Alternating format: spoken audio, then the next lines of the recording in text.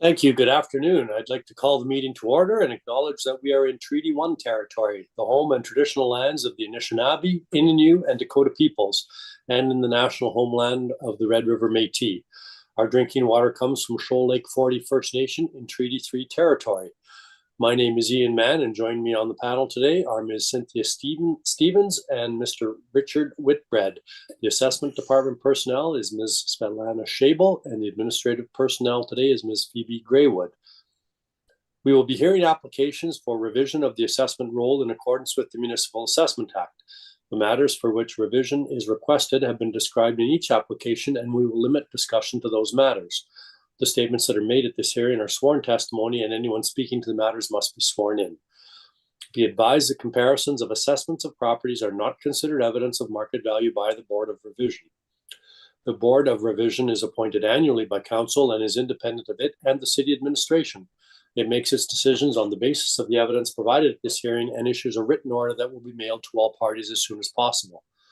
Please note that the board's decisions with respect to an application may be appealed to the Manitoba Municipal Board if the matter pertains to assessed value or classification, or to the Court of King's Bench if the matter pertains to the application of exemptions from taxation. Should you wish to appeal, information on how to do so will be included with the board's order. With respect to the hearing process, I will confirm the points of appeal with your property to be addressed with each applicant following the swearing in. We will then have the assessor's testimony followed by questions that the applicant may have, and then the applicant's testimony followed by questions. Each side will have an opportunity to summarize if they wish. Once all of the evidence about an application has been brought forward, the applicant may leave. The process will repeat for each item on the docket today.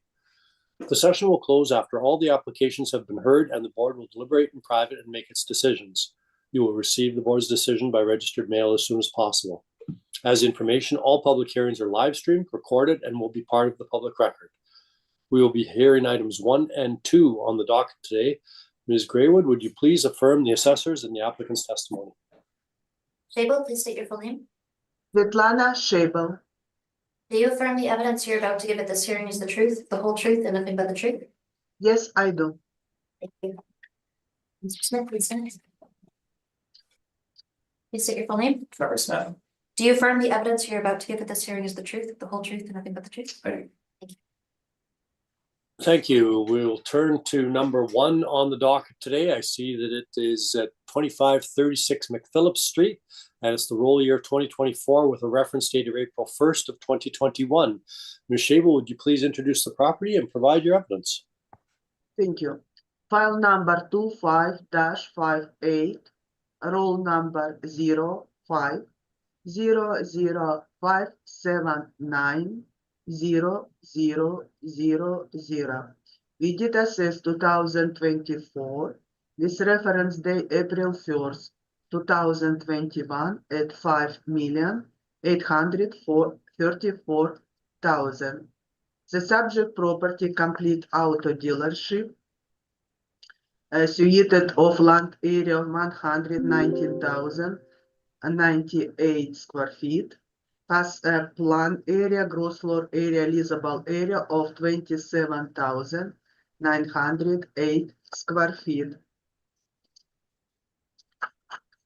On page number 2, the subject property was purchased from 7 Oak School Division in March 16, 2020 at $4.2 million. On same page number 2, I find property lease for 15,000 square feet. Today it's close to 28,000 square feet. His lease was at $20.40 per square foot. After purchase property in 2020, 2 addition was constructed to the subject property at $3.4 million between 2020 and 2023. On page number 3, air photo and street view of subject property. The subject property located northwest of the city on corner of Taylor and McPhillips Street.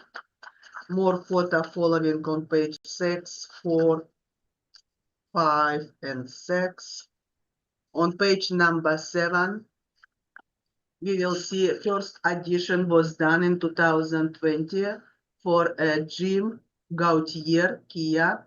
Construction of new 105 square meter addition to existing one-story commercial building to create an auto dealership of 1,497 square feet meter. Its interior and exterior alteration, mechanical, electrical work must be done. Second addition was done on page number 8 in 2023. Construction of addition of 535 square meter to Gautier IKEA service, vehicle service area. On page number 9, development permit, that following on page number 10. You look at specific dimension standard. So new addition proposed area, floor area was 5,768 square feet. Existing floor area in 2023 was 22,140 square feet. Plus addition, it gives us total floor area 27,908 square feet. With our leasable area under assessment. More map and floor site plan and floor explained on page number 11. On page number 12, we're looking zoning. The subject property located C2 commercial zoning community. On page 13, I represented vehicles dealership. We use retail rent comparables according to municipal order. On page, I have to order posted by the looking specific on order.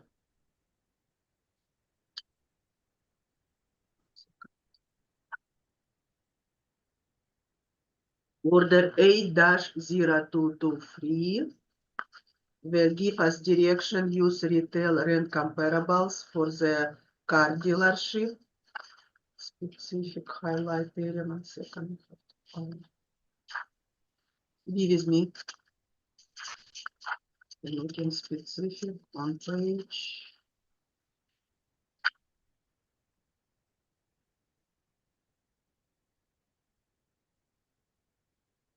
Okay, on page 34.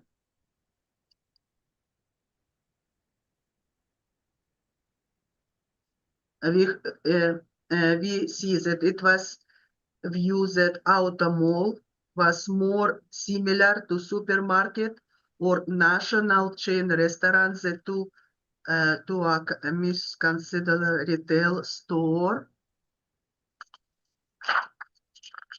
So according to this order, we use, okay, more information on page 38. The board is satisfied the appropriate method of evaluation the subject property improvements improved by auto dealership in ANCOM approach. Second bottom, so retail as chain restaurant, supermarket, discount store, and department store. The board accepts the argument that auto mall and agglomeration of auto dealerships located in the different sections of the city result to the auto mall having characteristics similar to regional retail with national rather than local tenants. The board is satisfied that subject is similar or not identical to large national and international retail property located in or near regional shopping facilities. So on page number 13, I have provided retail rent comparables on region. First set comparables on region, second around Polar Park, First on Pendina grant, we're looking for McPhillips. So McPhillips will be on page 14. Comparable 61 to 72 on Leila Avenue, McPhillips. So they showed that average rent for retail boxes, $15.50, median $13.50, in weight average of area 273,007 square feet at $14.51. So on page 15, model generate for car dealership 27,908 leasable area, $14.53. That's very well supported with my comparable 61 through 72. It gives us potential rent $45,503. We apply 2% vacancy loss for all car dealership across the city, 3% not recoverable back expenses for similar properties across the city, in $6 per square foot for occupation of vacant space that paid by landlord, give us net operating income of $382,122. Overall capitalization rate selected by model 6.55%. Give us estimated value of $5,834,000. On page 17, I provide capitalization rate for city 16 percentile, supported by comparison with real estate report from Colliers International Canada, CBRE National Research, and Cushman-Wakefield. On page 19, I provide first order at 8-04179, disorder size 2024, free, and order I referred started on page 28, 8-0223. It's from 2022 hearing date. So up to date, we following justice order directions that rent for dealership should be retail big boxes and regional shopping malls. On page 46, income expenses mailer provided for us. So in 2022, property generate $225,000. That I reported only 15,000 square feet. If you look on page 47, it's net lease. If you estimate, divide rent income to 15,000 square feet leasable area, give us $20.40 per square foot. On page 48, supplementary notice for January 1st, 2024, following by appeal from agent. So based off evidence presented in my brief, I asked to confirm 2024 assessed value of $5,834,000. Thank you. Any questions? Thank you, Ms. Shable. Mr. Smith, questions? Yes, thank you, Mr. Chair. I do have a few questions, and for the most part, as we have two subs for different tax years on the same property, we could carry forward my questions from the first hearing to the second one. Certainly, where the evidence overlaps, we'll apply it, and I'll make that clear at the start of the next hearing as well. Mr. Chair. Yes. I do apologize, but I need a 5-minute break if we could do. Sorry for this. Certainly. Let's come back at 1:20. Is that? Thank you. Yep.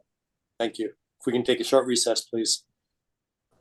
Thank you. I'd like to call this meeting back to order, please. When we left, Mr. Smith, you were just about to begin your questioning of the assessor, Ms. Shable. Yes, thank you, Mr. Chair. So, first question, given workload at the city, did you have an opportunity to inspect the subject property? My colleague did inspect, and I can describe property of record or of record. Okay, but you yourself have not been there. Okay. And second question, so you refer on your page number 2 to the subject lease found at $20.40 per square foot. This city is, of course, aware that this is an internal lease, a non-arm's length lease. It's a book rent and is not to be construed as any evidence of market rental rates. Correct. That's why I present market rent comparables. Okay, so the city acknowledges that the tenant and the owner are one and the same.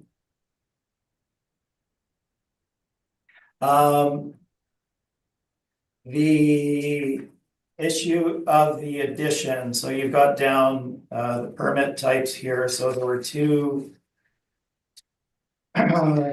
additions, which I take it have been encompassed within a single supplemental here. So looking at your page number 11, the first edition, so the 2020 edition, 2021, pardon me, the smaller one, at the bottom of the page, that refers to, on the left-hand side of the property, the service drive-through. Is that correct?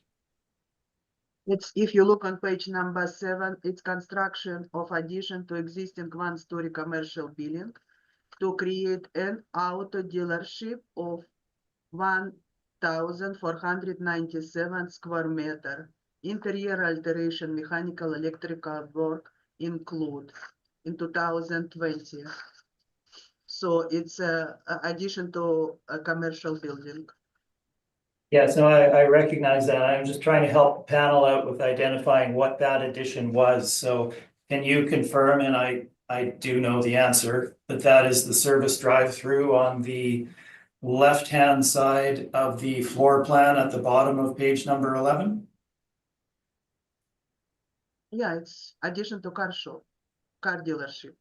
Because second addition, it will be addition to service portion, service area in 2023. It will be on page 11, top. So, and that's, I guess that's what I'm trying to show the stages of that development. It's not critical, but the page number 8, the addition there, the larger one from 2020, December of 2023, built in 2024. If you look at the top of your page 11, is the large white portion on the left-hand side of that building plan, correct? Okay. So that's the larger 2023, 2024 edition, correct? Correct. With the service bay being the 2021 edition below that, correct? Correct. Okay. So that's what we're looking at as the addition. Can you also confirm that the subject property at that time as well subdivided off some land area at the rear of the property, and the overall land area was reduced from 4.8 acres to the current 2.73 acres? And moment of assessment, land area 190,098 square feet. Yes, that's the current area. Can you confirm that it was about 2 acres larger than that in the previous assessment? I don't have information about it provided by me. Okay, but the city acknowledges that the land was split in two and a collision center was constructed on that additional 2 acre, 2.1 acre land component at the back and is now on a separate roll number, correct? It's not under us appeal right now. I don't can talk about it. Okay. All right, just trying to get the lay of the land here for the panel. I understand the position, so the sale of the property was also referred to on your page number 2. So you've got the details there, 2020. It was an existing structure. Vendor was Seven Oaks School Division. Do you know what the property was used for at that time? I know that after sale of 4.2 million to new owner, Region Sales and Lease Limited, was extra added 3.4 million with construction to addition.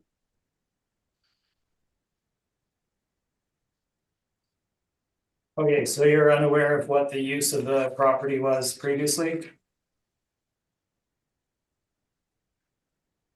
If you look on page number 7, previous owner Seven Oak School Division use tenants Jason Gautier, Kia.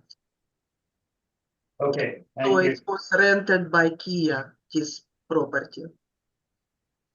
In 2020, these tenants bought this property from Seven Oaks School Division. Mr. Chair, I'm going to interrupt if you don't mind. No, please. I'm very frustrated because the assessor is not answering the questions that the applicant is asking. She's going around in circles and will not answer his questions directly. Could she be instructed to give him a direct answer to his questions, please? May Okay, I'm- just one moment, please. Yes, that has been observed. If the answer that is, or if the question that is asked requires an explanation, then by all means give it. However, the question in this case in particular was, are you aware of what the property was used for prior to the sale in 2020? The answer should either be yes, it was used for something, or no, I don't know. It does not need to go into what the lease was subsequent to it or who purchased it. So yes, if you could please limit your answers to being responsive to the questions, that would be appreciated. I want to point that all my answers support by information provided by me.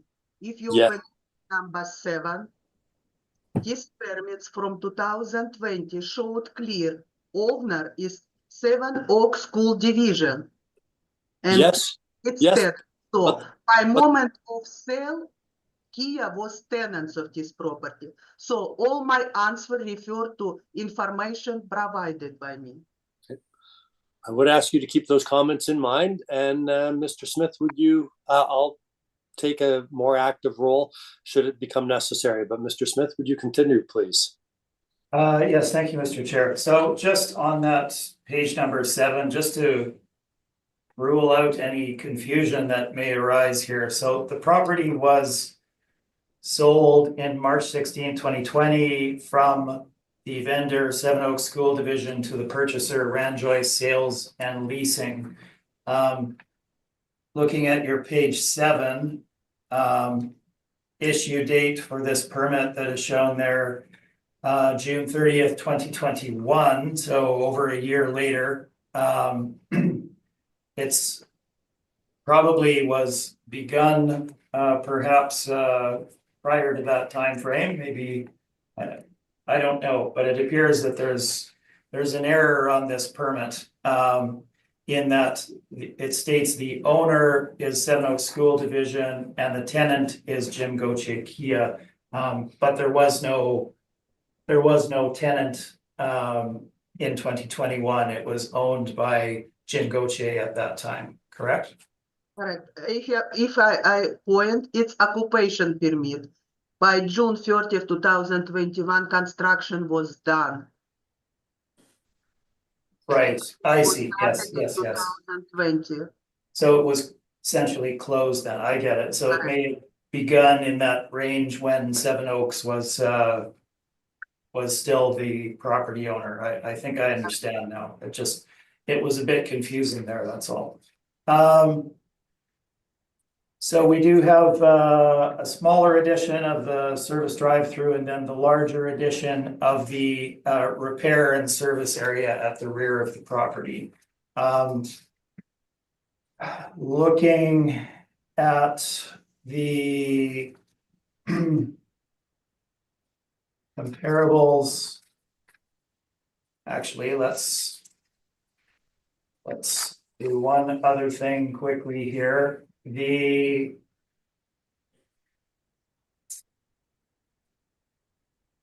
had referred, Ms. Scheibel, earlier to municipal board order, that being A-02-223, correct? Correct. And I apologize, I only printed out one full document here because there's so much paper. On my brief for 2025, it's number 38. Hopefully it's the same in 2024. It will be either a page before or a page after, refers to the board's findings. I'll wait for the panel members to get there. It's presenting new evidence. It's not new evidence, it's your brief that I'm referring to. On page 38. Yes, you referred to page 38, Ms. Scheibel, and quoted that. So quoted at length from it. So it's not new evidence. Okay, so whatever the actual number of the page is, it's the page that has the board's findings on that. And the second part of that, well, first part that's highlighted is that the income approach is to be used. The second part that is highlighted refers to, or the circled part states, supermarkets, discount stores, and department stores. The board accepts the argument that auto malls, the agglomeration of auto dealerships located in the different sections of the city result in the auto mall having characteristics similar to regional retail with national rather than local tenants. The board is satisfied the subject is similar, although not identical, to large national and international retail properties located in or near regional shopping facilities. So that is the basis on which the city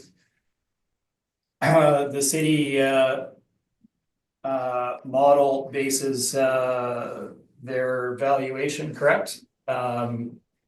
Using all retail, including rents. Correct. Okay, so on the following page, the middle paragraph with the board's reasoning and decision, it states the board reviewed the rental information provided by the assessor and the agent and notes that given the location of carrels, the dates of the leases, condition of the buildings, blah, blah, blah, limited usable market rent evidence was provided by either party.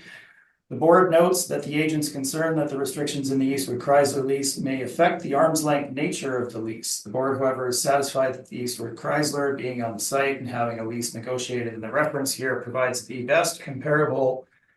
The board therefore will accept the assessor's market rent for Eastwood Chrysler of $10.86 per square foot and $10 for Dan Murray Chevrolet. So the assessor in their valuation of the property did not use supermarkets, discount stores, and department stores. They used various automobile dealership rents of the time frame, correct? Correct. And after this order, we start to following order direction to use retail big box rent. And if we go back in the brief, in that order, it will refer to the assessor using various automobile dealership rents, correct? Before, during this hearing, municipal hearing, we use different automobile rent, but a decision was made by the board and we following this decision. For complete auto dealership, use retail big box rent, what I provide in my rent comparables.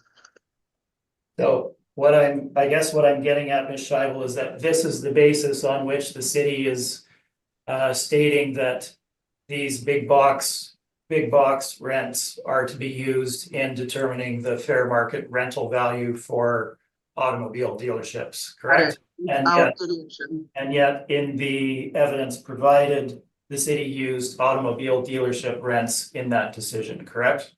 But after decision, we use only retail box. And the decision itself refers only to the other parameters, correct? Retail neighborhood big box rent to be used for car dealership. Okay, Mr. Smith, I'm not sure of the relevance. This order is being adhered to by the city, but going back into the evidence that was called in 2002, I think is of questionable relevance, unless you can convince me otherwise that it's got some bearing on the rent comparables presented today. Certainly, absolutely, Mr. Chair. So, and I will do that in my evidence. I don't know that do I have the freedom to speak about this at this point, or? No, as long as there is a some relevance with respect to the approach the city had in 2001 or 2002 before this order, as opposed to today's valuation, is my concern. Yes, so there is relevance, and the relevance is that the perhaps it's better presented in my material, I'm not sure, but the relevance being that the city is relying in their total valuation on this particular order where it states that the board is satisfied that supermarkets, discount stores, etc., are similar, although not identical, and should be used in the comparison. Board accepts the argument.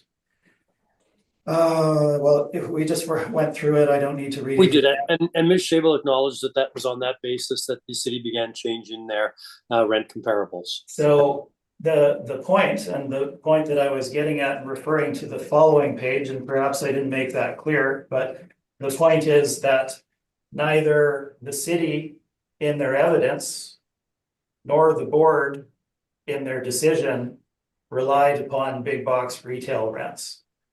They relied upon automobile dealership rents in their presentation to the municipal board, as did the board in making their decision. If you read the following page, which I referred to there, and if you go back in the decision, it refers to the automobile dealership rents that were presented by the city. So in no time were any retail rents presented by the city, and this reliance on this particular order does not. Yes, they're pointing out capitalization rates, shortfall, vacancy, things of that nature, but not the rental rates. That's not what they're referring to in that decision. So that is the relevance that I was referring to. So further to that, I'll get into the rental comparables that were provided by the city. Make sure I have a correct year here, 2024. So Ms. Scheibel, in looking at the rent comparables, what the city has done here essentially is break the city into individual areas, correct? In outlining the individual, outlining rents for those areas, is that accurate? Correct. So we have 1, 2, 3, 4, 5, 6 different areas here, and they roughly correspond to the Regent Lagimodier Power Center node, the Polo Park Power Center node. The third one being numbers 27 through 41 is kind of South Winnipeg, generally Grant Park, the development at Bishop Brandon, or rather, my apologies.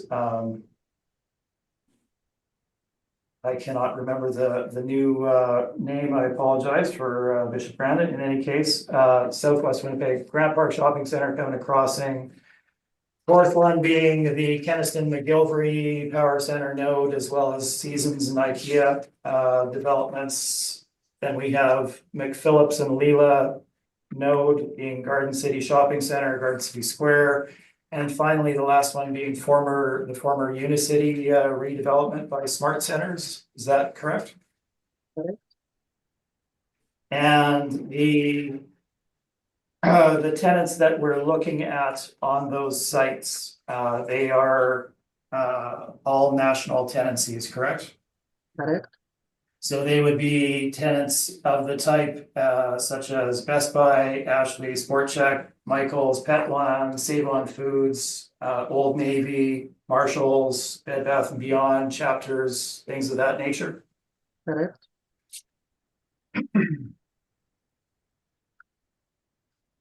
And when I look at the McPhillips and Leela information, so that would be comparables numbers 61 through 72. The weighted average there is $14.51 per square foot, correct? Correct. And the subject property here today would be located closest to your comparable number. Pardon me, comparable number is 68, 2535 McPhillips, correct? It's between 61, 72. It's a this area, rent for $14.51 per square foot. In Tvia says $14.53 per square foot. It's generated by model. We're very close to market evidence. So the comp that I was referring to there, number 68, 2535 McPhillips is across the road from the subject property, correct? 2536 McPhillips Street? I say I look 61 to 72 together. I look for market evidence in this area, not each specific. And the rental rate as of the valuation date for that particular property across the road, 24,000+ square feet, is $11.50 a square foot. Is that correct? I look on average $15.50. In weight average $14.51. I don't pick each one separate.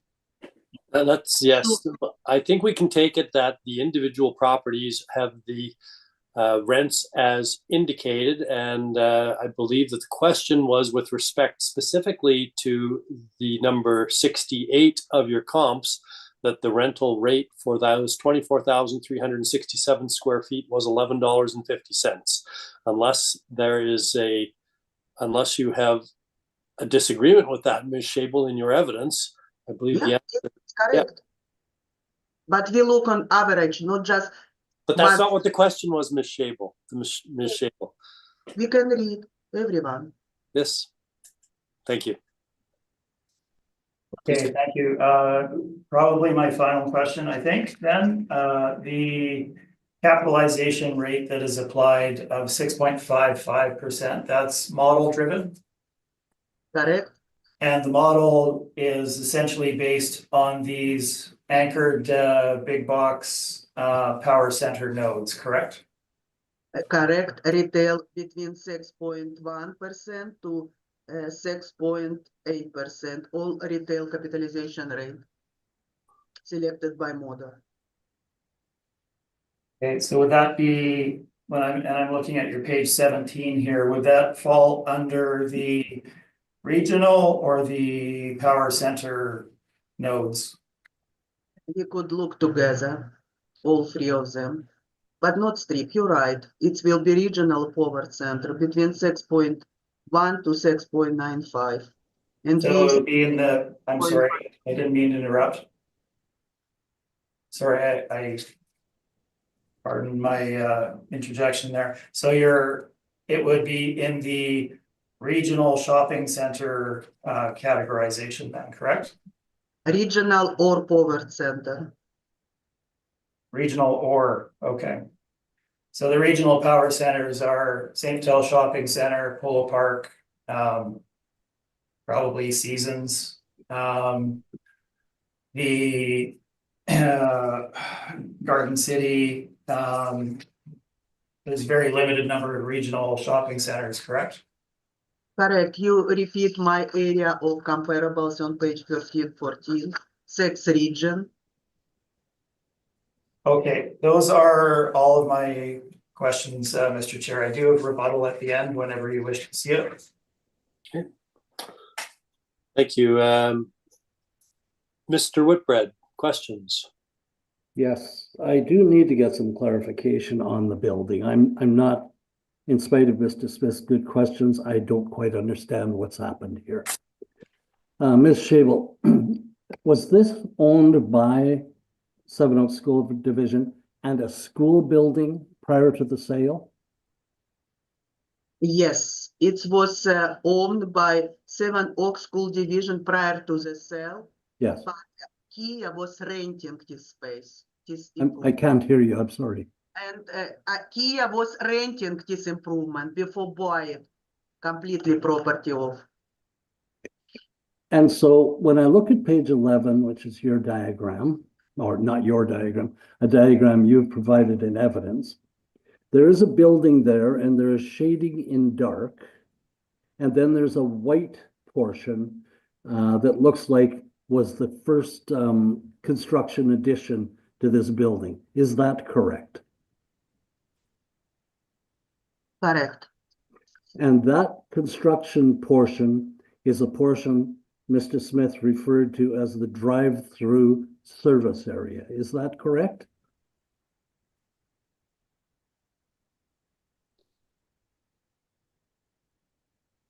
You're looking for square footage, yeah? No, not yet, not yet. I'm going to go there eventually, but that section is part of the service area. It's not part of the sales area. Is that correct? It was built after. It's service area. If you look on page number 10, this area of dimension standard 5,768 square feet was added to service area. Okay, now let me drop down to the second diagram, which is, I think, the first diagram just turned a different direction. Is that correct? And on bottom, it will be first edition in 2020 was added extra space for additional to existing one-story commercial building to create an auto dealership of 1,497 square meter. It's in my permit on Ms. Schabel, that was not my question. Will you please answer my question? Is this the same building just turned a different direction in this diagram? No, it's part of building. Sorry. So the building in the top diagram is not the Building. same. On top, it's full building what exists today. So that was the addition. The entire left wing of that top photograph is what was added then. Okay, so bear with me. I'm just looking. The print is very small. Okay, so you had parts storage, tool room, service, tune-ups, detailing, wash bay, etc. That was all there, and then they added some additional bays. Is that correct? Correct. Okay, thank you. Now I feel clearer about how the building is structured. So, can you tell me, well, let me back up. Most dealerships have a front end and a back end, the service area and a retail area. Is that correct? Correct. Can you tell me what proportion of this building is service and what proportion is retail, roughly, percentages? I don't know this answer. Because up to date, we start to estimate market value of for car dealership whole area. So this rent, what we apply, $14.53 for all area in showroom and service area in storage, everything together. It's blended rent for our way of estimate car dealership today. We didn't choose this building anymore. Okay, so you haven't differentiated the sort of front-end retail center, No, which not is anymore. very, very different looking than the back-end service center. You haven't separated. Okay. Okay, I have no other questions. Thank you. Thank you. Ms. Stevens, any questions? Most of my questions have been asked and answered, but I just want to confirm. So Kia was renting this. It was then purchased by Kia's owner, and they expanded the building, and it is still a Kia dealership today. Is that correct? Okay. And it looks like, based on what I think you were saying, that it was the retail space that was added on to the building, correct? It was first was added a showroom, expanded showroom, and also was expanded service area. Drive-through service. Okay, good. All right. I just wanted to confirm that it was the Kia dealership. The property actually changed hands, but the same dealership was still there and has expanded and added on, correct? Correct. Okay, thank you. That's all my questions. Okay, now I'm going to have to go back. I thought I had a good picture in my head, but looking at your page 11, Ms. Schabel, at the bottom picture, that picture reflects how the building is today. Is that correct? On top house today. On bottom, it's I showed how showroom presented today with all service. Best comparison, my top picture map, side map on page 11, and on page 4, what happened today. It's same map, just not in picture, it's real air photo view. Okay, I think I see it. If I flip back and forth, I have that. It's how it's look today. So It's my bottom map. It's just a portion of building showed. okay, It's So- I see right now. I should not show this. okay. But anyway, the total square footage added, part showroom, one stage, and part of the drive-through service is how much total? If you look at page number 10, Yes, that's the permits. the second box is dimensional standard. So actual total floor area after all addition, 27,908 square feet. What assess leasable area today? Right. And before, so it had 5,768 square feet. That's according to the permit. In 2023, but we have addition to 2020. So final, what under assessed today, 27,908 square feet. Right, and then just do the subtraction. Okay. Thank you. And the cap rate is model driven at 6.55%. Yes, Thank it's you. more suitable to retail. Thank you. I don't think I've got anything more. Mr. Smith, your evidence, please. Yes, thank you. Thank you, Mr. Chair.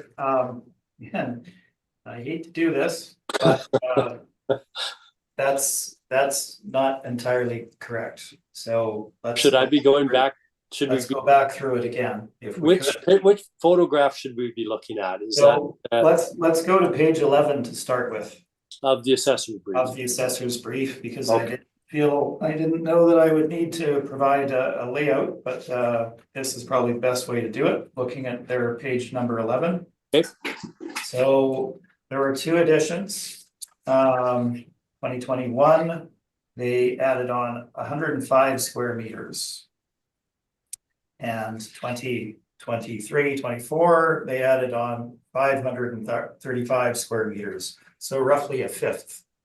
The first new addition was about a fifth the size of the second addition, just following logically 105 to 535 square feet.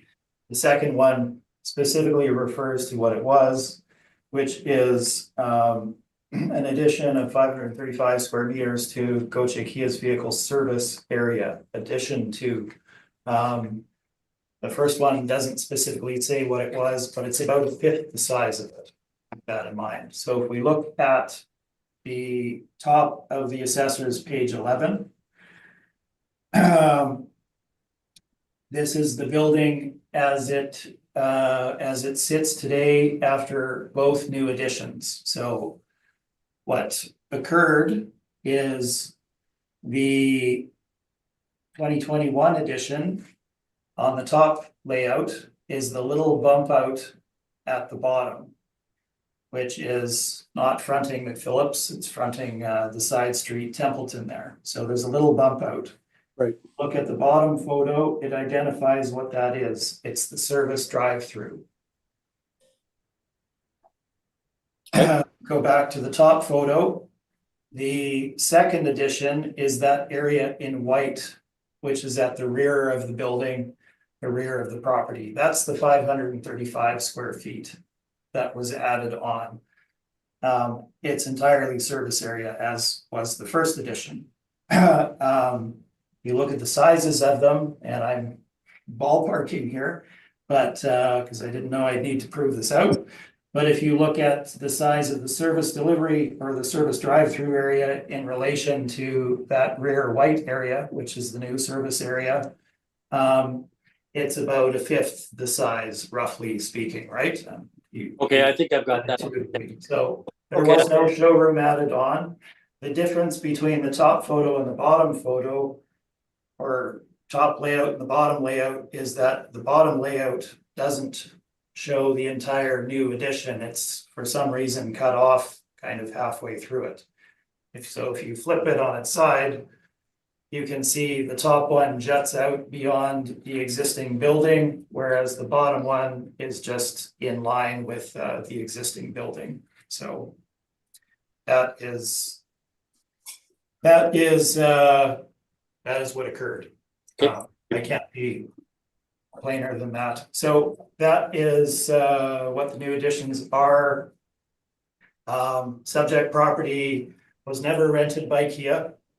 It was sold from the school division to Ranjoy Sales and Leasing, the owner, which is the Gauthier Auto Dealership group.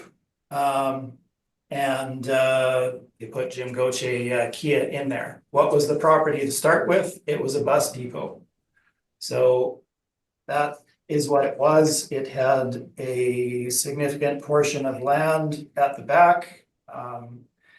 And what they have done, so by significant portion, the original land area of the parcel was 4.8 acres. You can see that this has been reduced to 2.73 acres. If you do the math on the 119,000 square feet, it's 2.73 acres. So they reduced it by about 2.1 acres. The reason they did this is that they put their own business at the back of the site, which is a collision center, which they needed to locate in that segment of the city. And this was land that they owned. So they put their collision center at the rear of the property. It was since separated onto its own roll, and this parcel lost, 2.1 acres out of 4.8 acres. So that is the background with the shifting goalposts there. That's the change in the property. So make sure I'm on the correct brief here before we get going. So my point in bringing up the municipal board order is that it does not refer to the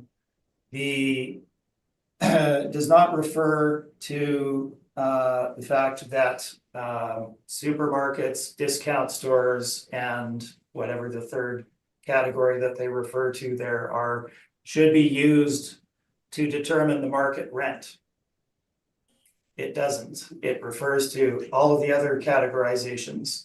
At no time were any of those rents presented either by the city or by the appellant in that particular case. Auto dealership rents were provided, and that's what the decision was based on. The board did not see retail rental rates and make their decision based on retail rental rates. It was based on automobile dealership rates. So the city's model that they have developed subsequently in recent times after looking at this and mischaracterizing how it was, what the decision said, is based on anchored big box retail rents, which we'll get into in a minute. But that is their interpretation of that decision. But if you read it, that is not how the actual order was presented or decided upon. So that's the background. Before we get into the property, I will speak in some generalizations about auto dealerships and their valuation. I will only do this once, and I'll be as concise as I can. And what I will do is highlight the difference between the city's approach and the approach that we have taken. Bit of background before that, there's about 300 outstanding municipal board appeals on auto dealerships, both from the city as well as appellants that are outstanding. There are two, I won't call them recent decisions by the municipal board. One is the one that the city referred to, that 223 decision from 2003 or 4, and there was one subsequent decision, which is in my evidence, and I believe maybe the city's as well, following that, in which, again, the decision was based on automobile dealership rents. The city has, as I stated, taken the position that that initial decision already covered meant that they should be using big box retail rents in their model, and that's what they have run with. So they apply a blanket retail rate to the automobile dealerships overall, front to back for the building. The pardon me. Our position is very different than that. For obvious reasons, once we get into it here, the property itself has two components to it. It has a retail showroom with supportive office, generally at the front of the property, which is improved to display the vehicles, allow financing offices and other office uses devoted to the retail section to be on that floor. It's developed in that way: tile floorings, drop T-bar ceilings, painted, etc., HVAC systems, all of the typical things you would find in an auto dealership.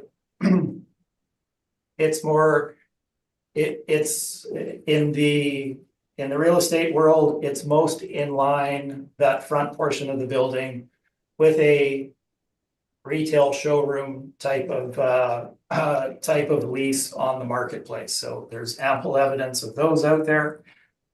The second portion of the property, generally the rear portion of the property, which holds true for the subject here, is the automotive service and repair area. Now, there's a very clear distinction in these places. When you walk from the front into the back, typically you're going through a doorway. It's separated off, and you have concrete floors with drainage for fluids, concrete walls. You only have heat, no air conditioning, all of the typical things that you need for automotive service. Very, very low level of finish, completely different animal than the front, as well as being a wide open space with no demising walls, etc. Clear span to the ceiling. They are two different animals. There's also ample evidence on the market for automotive service, pardon me, automotive repair and service rental rates. So what we have are two components with readily available market rents that should be applied to those particular components of the building.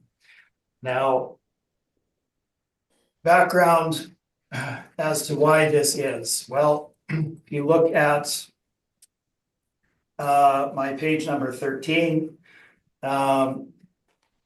automobile dealership properties are special use facilities, as stated in the article there from the Appraisal Journal, which is the journal for appraisal professionals.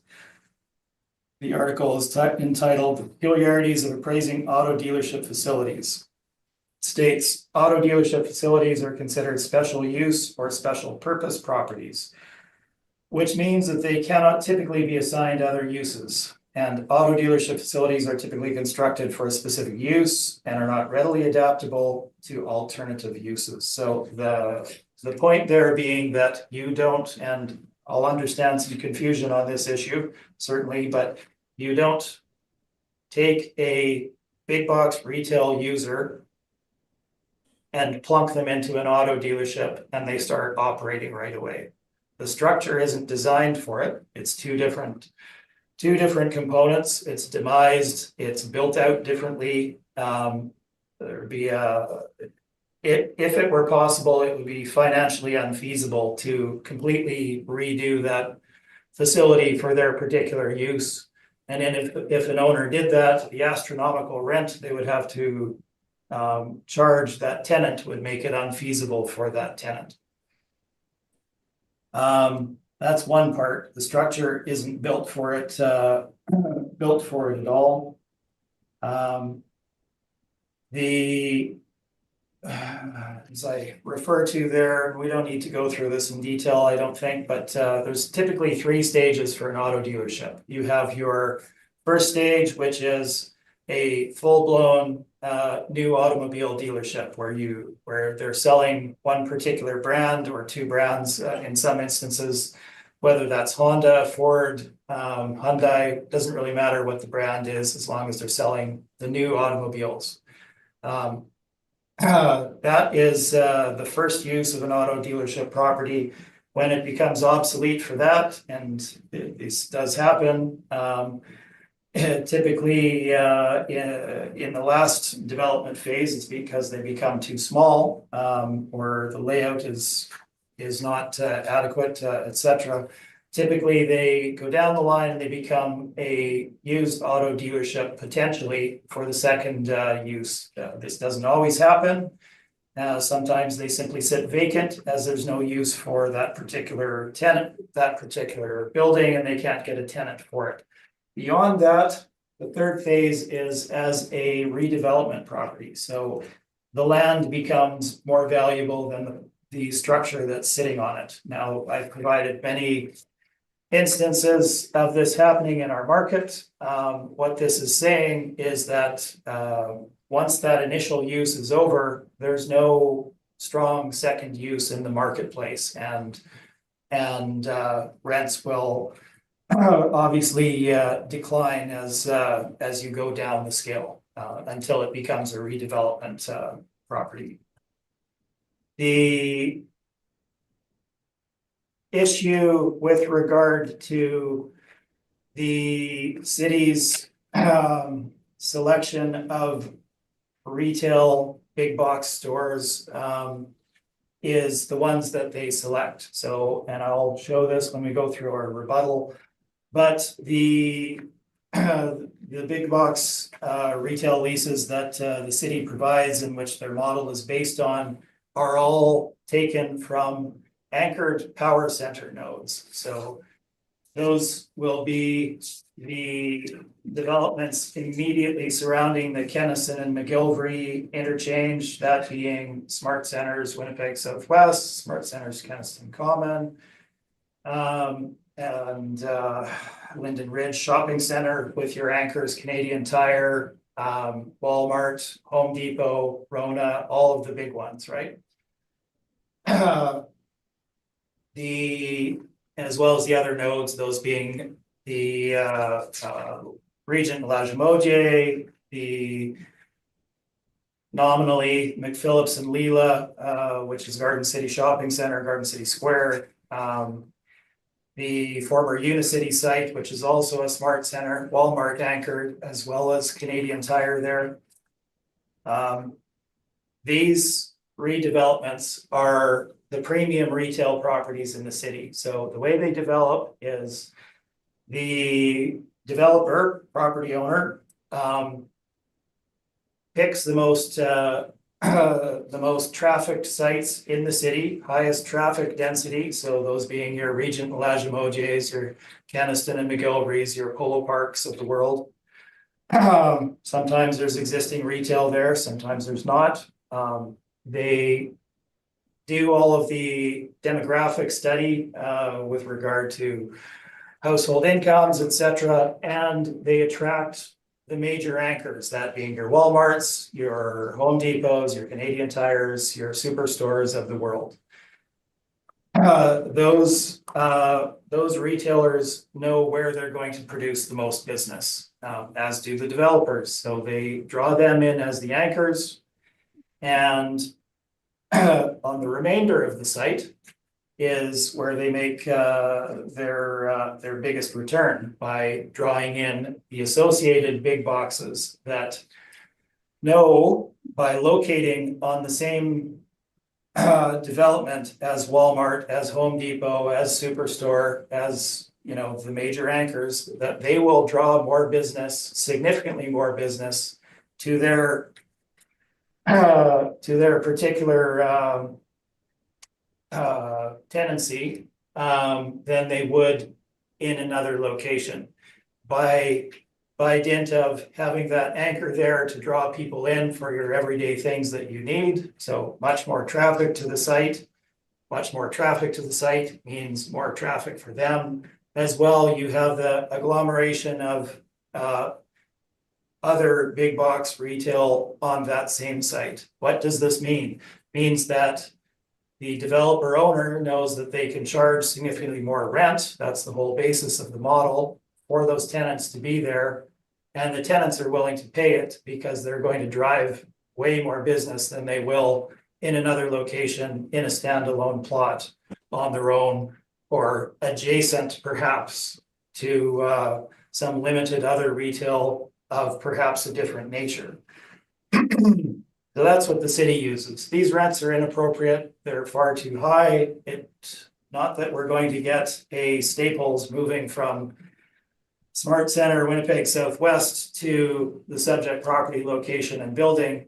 But if you did, they would pay considerably less rent in order to locate there. And the city's evidence itself bears this out. If you look at the city's evidence with regard to the rental rates, and I will direct you to page 14 of the city's evidence. You can see that their weighted average here in this particular area is $14.51 per square foot, but we have rents ranging from $10.75, $13.25, $11.50, another $11.50, $13.50, and then there's a couple of higher ones, right? But overall, we're looking at $14.50 as an average in this area. Still too high, but if you look at the other ones, $21 per square foot, $18 per square foot, 19, 18, 18, etc. I'll show what these properties are and how they're inappropriate. What you need to look for the retail component of the property are retail big boxes, or big box similar, same type and size of retail that are in more comparable locations to these automobile dealerships. So that was the point of pointing out number 68 of the city's evidence, which is also in mine. Immediately across the street, $11.50 a square foot for 24,000 square feet or whatever it was. Immediately across the street from the subject. So you're looking for those retailers that are perhaps down the road from these retail big box developments, but not on site, that are more surrounded by either smaller retail industrial, or a mix, much smaller in scale, not the density of development that you have in those big box power center anchored nodes. That is the difference for the front portion of the property. For the rear portion of the property, obviously, it's vehicle service. You need to look at vehicle service. The city has all kinds of properties that they split into different income streams for valuation. For some reason, they don't do it for auto dealerships, but it is the most appropriate method of valuing these, as logically, you're not going to apply a full-blown big box power center anchored retail rate to the rear of these properties. It makes no logical sense. So that is the difference between the city's approach and our approach. Let's get into the subject property itself. And we'll speed through a bit of this so that we can get up to date. Again, it was a bus depot. It has been renovated for use, is how I'll put it. It is substandard. You wouldn't build a dealership like this, but the building was there. They elected to, I guess it made more financial sense to reuse it than to demolish and rebuild for them, given perhaps the size of the development that they were putting on. So the original building was built in 1980, and you've obviously seen the two updates. We do have total site area of 2.7 acres here. We have a low land to plan area ratio now, 4.2 to 1. I'm not going to make a big deal about that, in that the subject property owner themselves split off a portion of the original land holding to do a collision center at the rear of the site. All I'll point out is that that's certainly under the 8-to-1 ratio that they typically look for. What it means is that they need to store vehicles off-site and need to rent land elsewhere or have land available elsewhere. Our total leasable area, just under 28,000 square feet, including the new addition of 5,767 square feet, which is that rear service area. Photos begin on page 4. I think you get a sense of what we're looking at. You can see they've redone some of the frontage of the building, obviously. And you can see the interior of the showroom. So yes, they put in tile and drop ceilings and all of that thing, but it is not, doesn't look like your standard auto dealership when you're in the showroom, which is certainly undersized. And we have some office area, and then we get into what would be the northern end of the property, which is essentially original to what the building was. They have not redeveloped this portion of the property. They simply use it as part storage. So you can see the tires and other auto components there in that section of the property. So page 7 and 8 give you a good indication of what that section looks like. It was office space, but is certainly not usable for that now, and is used for part storage. Again, page 11 of the city's brief is probably the best way to look at this. It would be on the top photo, the upper end. So the top end of that diagram, kind of almost 2 bays is what it works out to there. And then on the bottom, it would be the right-hand side of the chart. And again, those 2 bays are what you're looking at in terms of that kind of non-standard use. So do they use it? Yeah, kind of, but again, it's simply as storage. It's not fully utilized. So let's move on. Property location, page number 11. We are in that West Kildonan area, well north of the Leela and McPhillips interchange. You can see the red dot where it indicates the property is. Beyond the property, which one is this? I think there's one dealership beyond this on the west-hand side of McPhillips, and then you get into greenfield area that is completely undeveloped. So you're literally on the edge of the city there as far as development goes. The site is shown on the prior page. You can see the outline of the new dimensions of the property, that being 2.7 acres. The auto industry, there's a bit of a review on that. The point I'll make here is that typically in the auto industry now, people are doing their shopping online. You pick out the type of car you want, you look at all the different brands, you narrow it down to what you're really interested in, and then you go to that dealer and do a test drive. Essentially, you don't walk around to all of them or go and see all of them one by one and try out various cars. You narrow it to what you want, and then you go there. What this means is that there's less of a need for the actual dealerships themselves. So you don't need as many locations in a market as you did previously. So you see amalgamation, you see larger developments happening and less of them overall. So they become more distribution centers than they do the former style of automobile sales. So there's less of a need for dealerships overall in the marketplace, and that's only going to increase over time. Let's jump forward. Quickly to my page 14. I didn't cover this.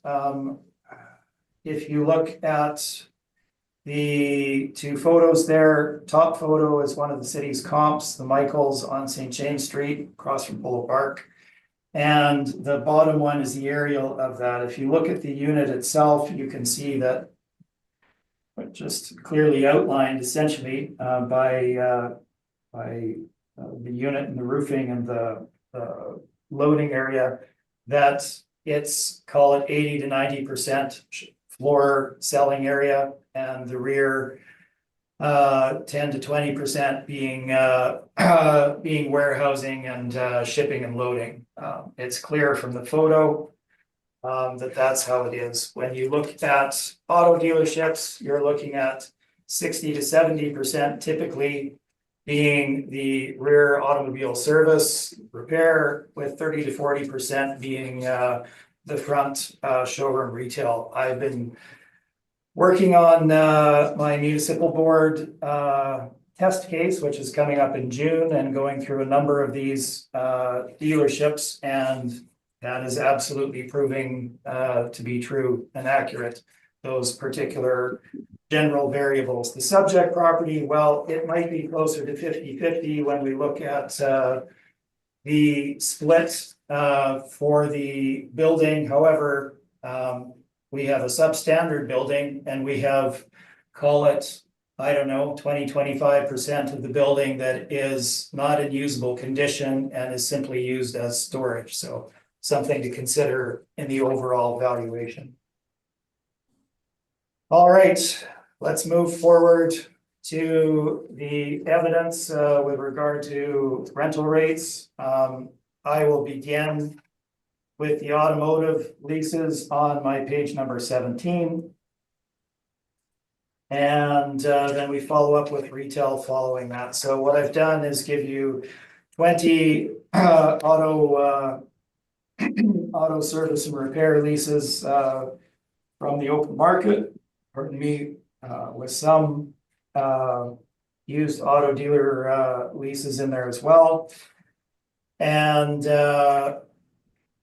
let's have a look at these in comparison to the subject. So I won't go through them one by one, but I will point out some highlights here.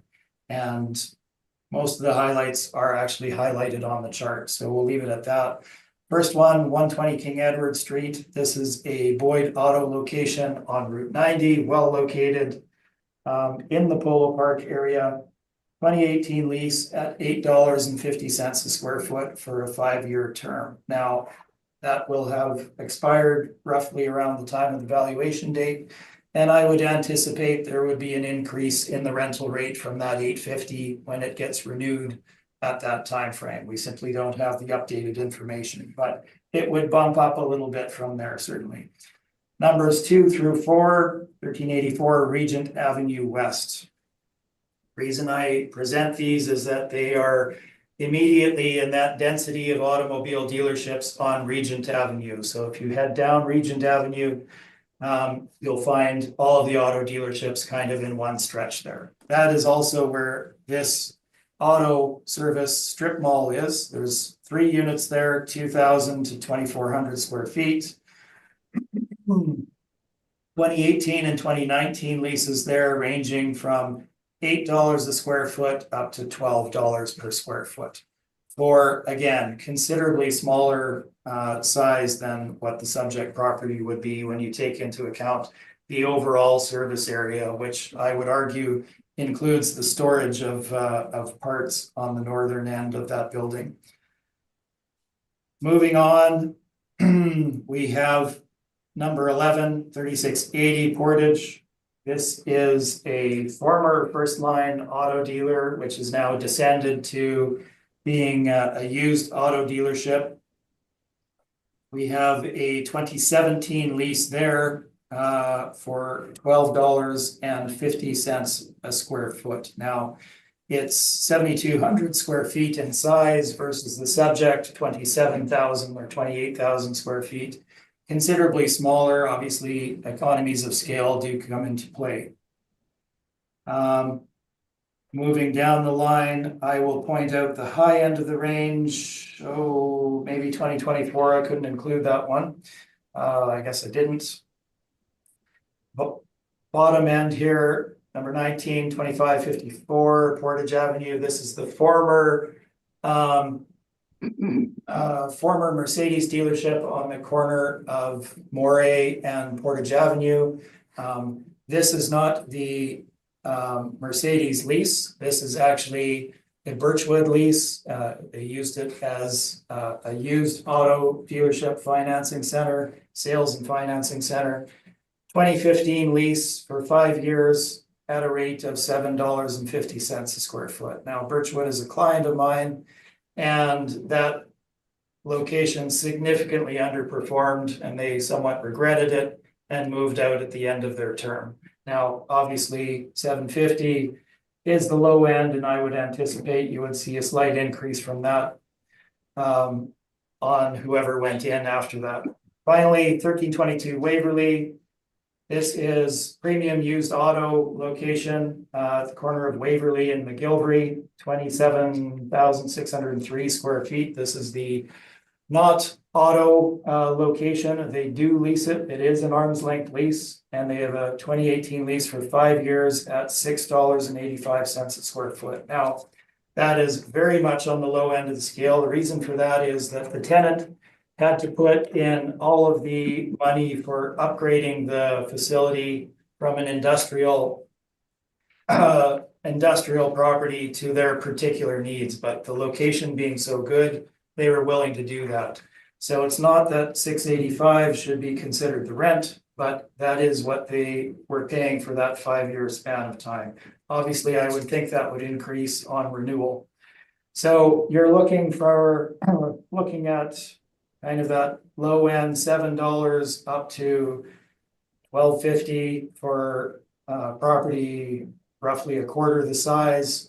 The very upper end of the range is a repair center right downtown, just off of Broadway in the CBD, which is a Fountain Tire location, and they're paying a premium $13 rent to be located there. So that's the automotive side. Let's move on to showroom retail, page 19. And you can see the leases that we have here. Again, these are all generally big box leases in more appropriate locations that are non-anchored. They are not anchored power center nodes or enclosed malls with anchors. So again, I won't go through all of these. We'll touch on things quickly, but we need to get the general sense of what we're looking at. So we're looking at retail that is not in non-retail locations. They're still on your major thoroughfares, but they're in less ideal locations kind of down the road from others, more peripheral, things of that nature. So first ones I will point to, and again, we'll stick largely to the highlighted ones, numbers 1 and 3, 1520 and 1540 Regent Avenue. These are, if you look at pages 2020, or rather 20 and 2021, 20 and 21, sorry, it's been a long day. You can see that these two retailers are at the very, very far end of the McPhillip, or rather Regent and Lagimodiere Power Center node. They're not even really on that site so much as adjacent to it. We have a 26,000 square foot Leon's from a 2021 lease at $14 a square foot. And we have 1540 Regent being Staples, 23,000 square feet, 2020 lease at $10.25 per square foot. Again, down the way, closer to where the actual retail auto dealerships are on Regent. Now, even better, number 4, 1487 Regent Avenue, almost just over 39,000 square feet. This is a brick location with long-term lease with built-in steps. They are paying $13.55 per square foot. Now that property is immediately adjacent to auto dealerships in that strip on Regent, and they're paying $13.55. Following 2, 5, and 6. One of these, I believe the city has. They are not the Unicity development. They are across the road and down the way. We have Princess Auto for 28,000 square feet and Giant Tiger for 20,500. 2017 and 2019 leases at $13.50 and $11 a square foot, including steps. So those are valid as of the valuation date. Those are, again, in the similar location to where the auto dealers on Portage on the strip are, not Point West, but on the strip itself, Point West being even further out. We can drop down a bit here. Another peripheral location, numbers 10 and 11, 2860 Pembina Highway. This is a full redevelopment of the Fort Richmond Auto Mall. So if you look at the locations of dealerships in the city, far end of Portage Avenue, far end of McPhillips, far end of Main Street, further out on Regent, etc. It's in a very similar location to them, towards the edge of the city. So it was an enclosed mall that was demalled and put into individual tenancies. So we have PV Mart, which has since closed its doors. 32,000 plus square feet, 2018 lease for 5 years at $10.50.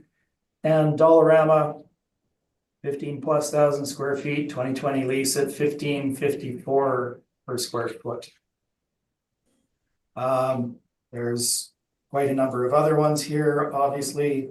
I will point to others that are in very close proximity to auto dealerships, those being numbers 22 and 23.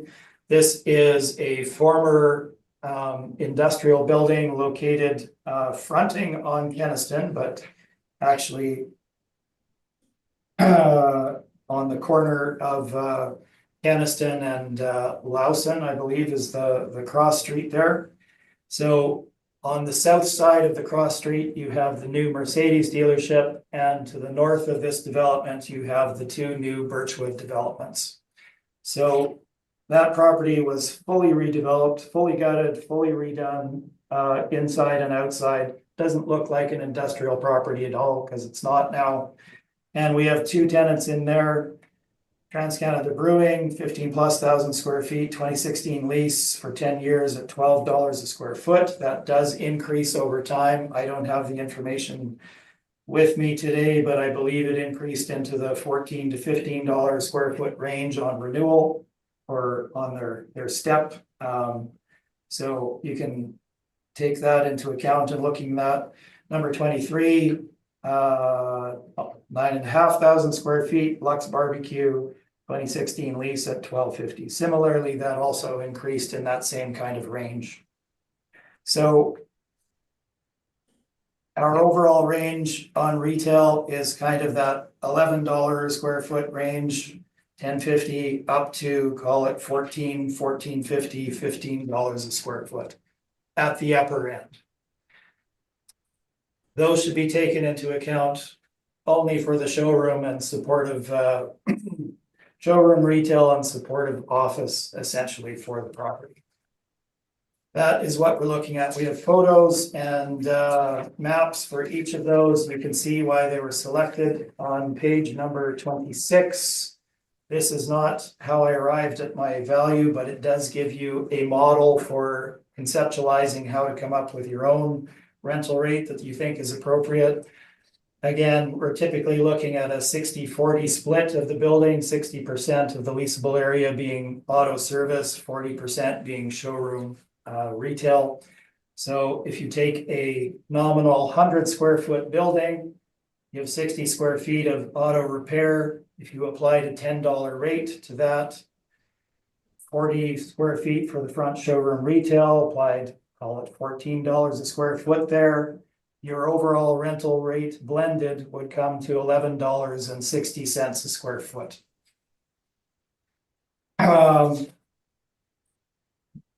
What I want to point out before I come to our value is,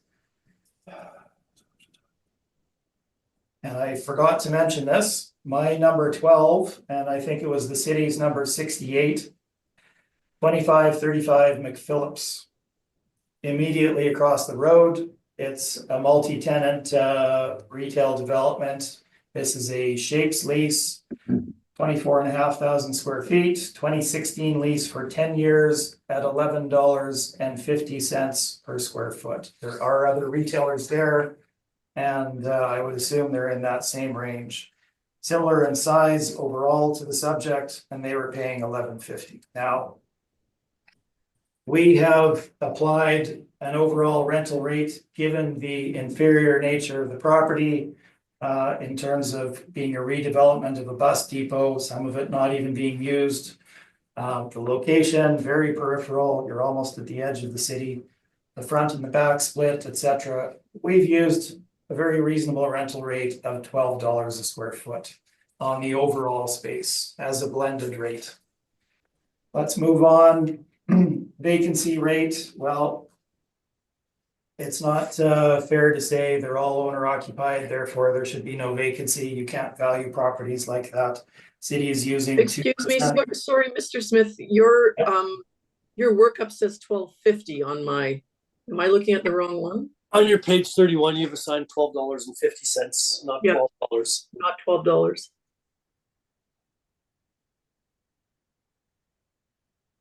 Oh, so I did.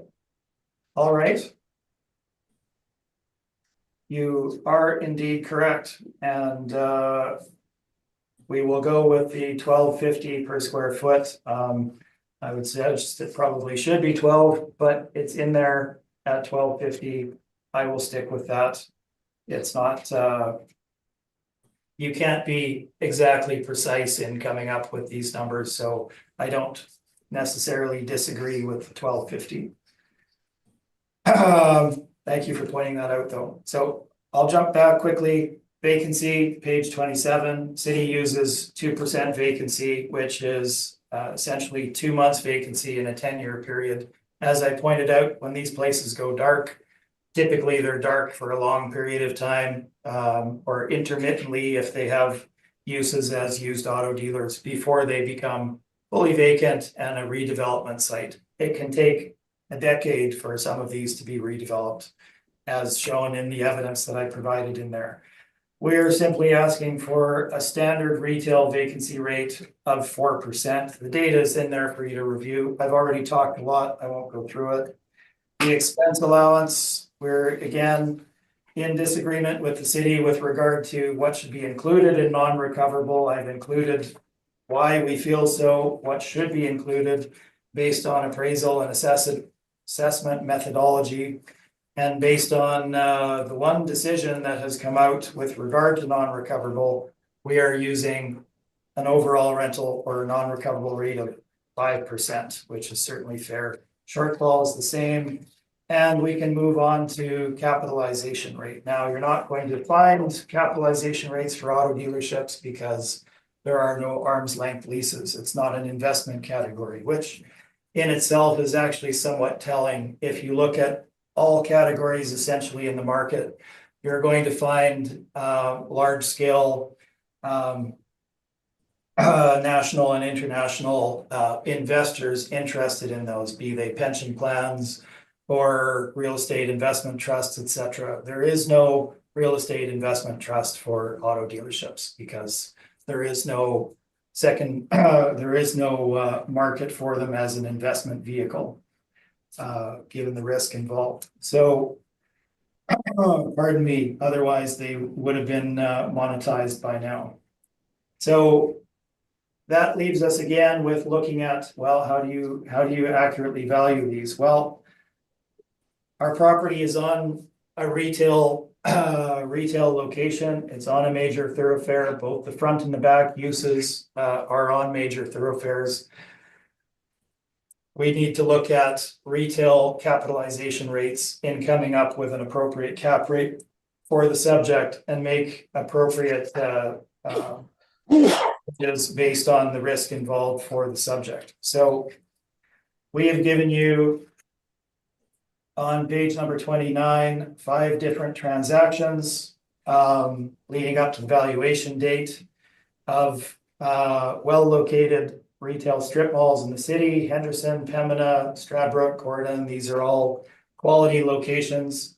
You can see the capitalization rate range between 6.5%, 6.3%, 7.5%, and the upper end of 8.9%. Following that, you can see photos of a few of those locations: Henderson, Stradbroke, and Corydon. We're probably all familiar with what each of these are in terms of the location. Well located, well tenanted strip malls, which typically draw considerable interest on the marketplace. And we're looking at cap rates in that 6.5% to 7.5% range overall, typically. When we look at the major commercial brokerages in the marketplace, Cushman Wakefield is stating a cap rate range of 6.5 to 7.5 for non-anchored retail strip malls. So same as what I was indicating.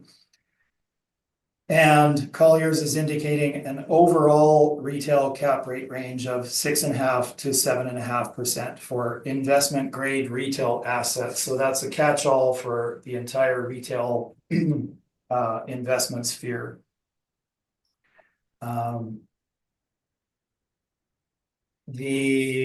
Please disregard the next statement, which I did not put in there and shouldn't be in there. It refers to a different time frame and has no bearing on the current valuation. That is the hazards of having 2 different supplementals.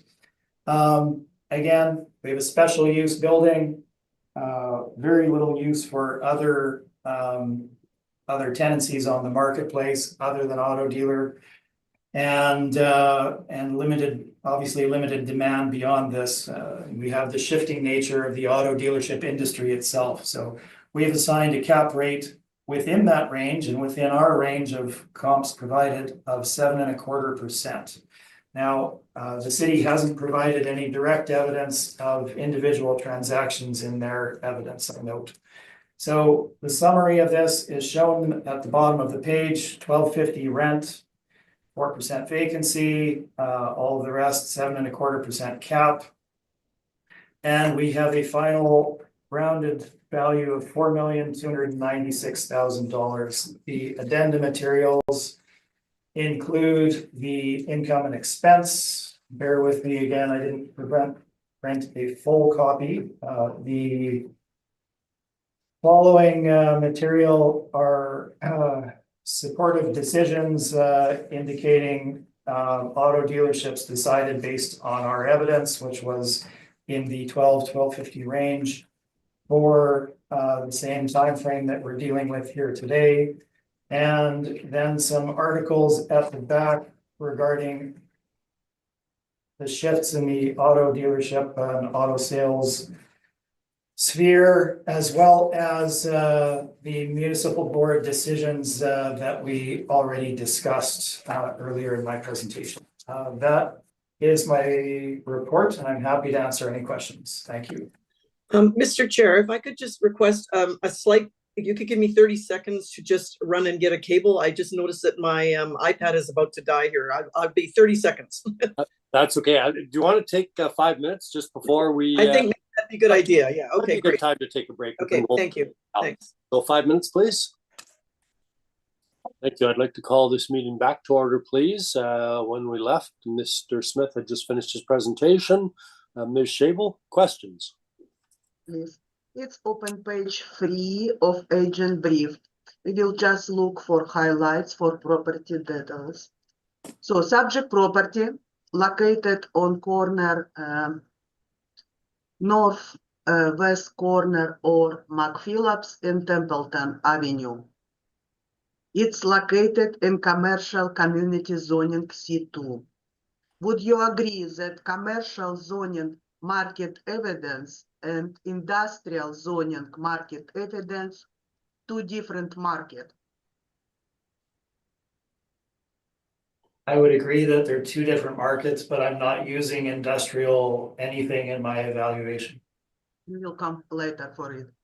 The subject property located close proximity to another auto dealership, correct? There's a number of them there, yes. Very close. Across Templeton, we have Birchwood Hyundai.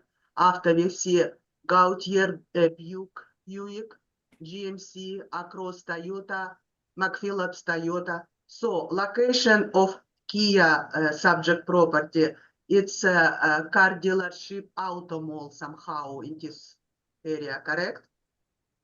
No, that's incorrect. Yes, there is a string of auto dealers there. It's not an auto mall, but there are 2 or 3 or 4 of the dealers that are in that particular location, yes.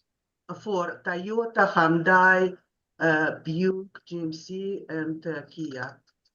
So we're going on your page 17.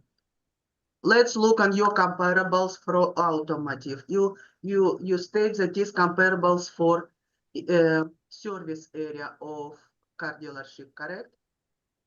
I'm sorry, you faded a bit there. I didn't quite catch what you said.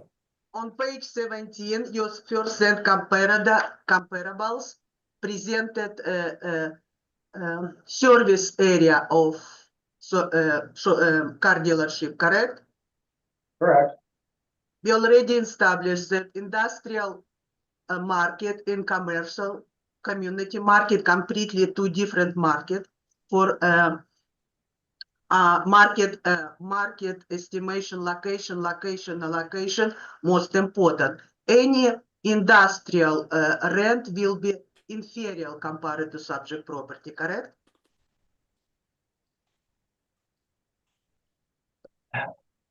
So I'm struggling with how to answer your question a bit, I guess. I'm not presenting overall. Yes, I would agree with what you're saying, but we're not presenting industrial rents here for comparison to retail locations. Okay, we look at your first comparables, 220 King Edward. It's located in industrial M1 zone, correct? It's industrial market evidence. So 120 King Edward, yes, I will grant you, it probably has an M2 zoning on it. It is on Route 90, and it is, you have that showroom retail development in that immediate area. It's Ness is the cross street, and Polo Park is 1 block to the east of it. And your comparables number 2013 to 22 Waverly, it's also industrial zoning M2, correct? It's completely different market evidence. to commercial Did you property. refer to? Comparable 20, 1322 Waverly. Well, so yes, I will grant you that it probably has an industrial zoning on it and was formerly industrial, but you don't get many higher profile locations than Waverly and McGillivray in southwest Winnipeg. You have very good comparables on region and Portridge. It's same traffic flow like subject property, correct? Actually, no, incorrect. The traffic flow for the subject property would be significantly lower than Portage Avenue, most definitely, and Regent. For this property, to example, on region, it's very small, around 2,000 square feet. Look on your comparables 11, 3680 Portridge, it's 7.2 thousand square feet. Rent from 2017, it's 4 years before reference day, at $12.50. Correct? It's like similar to subject. The information is correct, yes. Because your comparable number 6, Carfield, it's industrial. Comparable number 7, 123 Fort, it's downtown. Comparable number 8, industrial. So it's look like 231 Oak Point industrial. So this 3680 Portridge is best representative of similar location, commercial location for the subject property at $12.50. I don't really know what the question is there, Mr. Chair. Can I have some leeway in answering this? I tried to Yes. eliminate. Well, perhaps what we'll do is we'll just ask Ms. Shable to rephrase it did sound a lot like a statement, but is there a question there, Ms. Shable, that you want Mr. Smith to answer? Yeah, would you agree that your comparable 11 on 3680 Portridge, very similar to subject property location? It's on Portridge, like subject property on McPhillips, and located in commercial zoning. So it's $12.50 per square foot will be reasonable for evidence to subject property, correct? Correct. Let's go on page number 19. Our effective years April 1st, 2021. Let's look on your comparables closest to reference day. Your comparable number 1, 5020 Region Avenue, was lease negotiated 2021 at $14 per square foot. Your comparable number 8 of McPhillips, I don't know street number, but lease was negotiated in 2020 and $30.70 per square foot.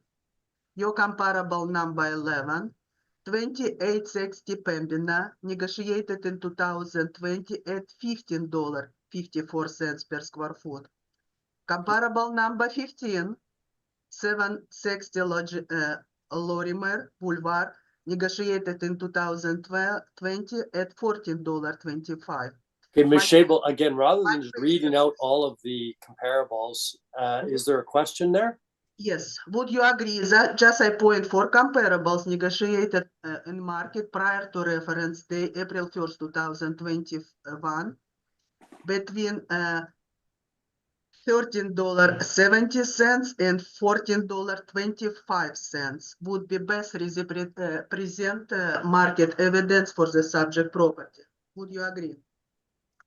No, I would disagree. We're not looking at a single factor when we're selecting the rental rate. We don't say, well, this is closest in time, therefore it should be X. You know, you look at the whole spectrum of why we present them. Location, size, attractiveness of the development, surrounding retail, what the area is like, access, et cetera, the type of tenancy, whether it has a good covenant. There's an enormous amount of things that go into what the overall rental rate is, which is why we give you 24 of them in our in our comparables. We've gone through quite a number of them.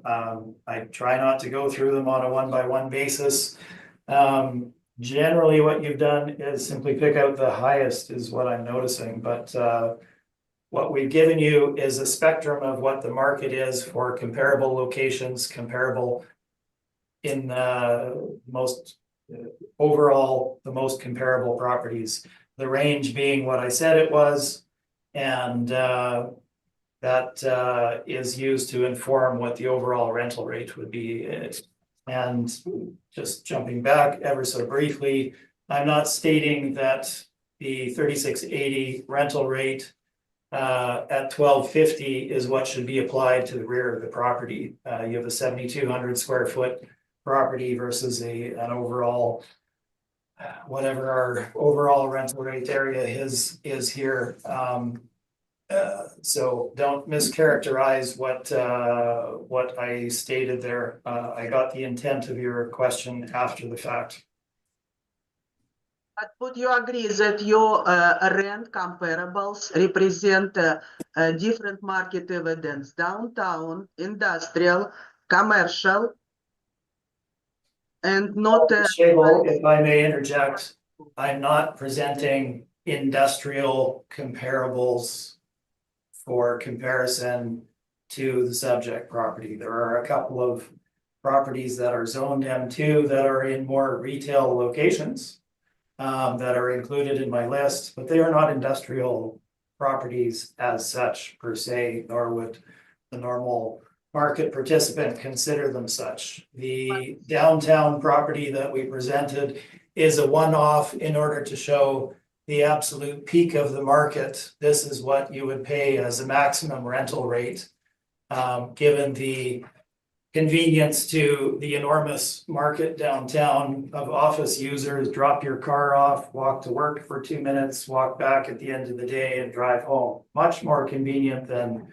the edge of the city on McPhillips or Portage Avenue or Regent, etc. So a premium is obviously paid downtown. It's not that we're comparing office and industrial to retail locations. There's a purpose for each of these to be included. Page 29, you presented market capitalization rate study. Would you agree that subject property market value over 4 million? So it will be your best comparables will be number one on Pembina Highway. I don't know address street. I cannot verify it, but it was sold in 2021 with 6.3% capitalization rate. And still you want over 7% capitalization rate in your estimation, correct? It is correct that I have applied a 7.25% capitalization rate. The rest of it is incorrect. We don't select an individual transaction and say that's exactly what the cap rate should be. We look at what transacts on the marketplace, present the material. We're looking at 5 sales here, ranging between 6.3 and 8.9%.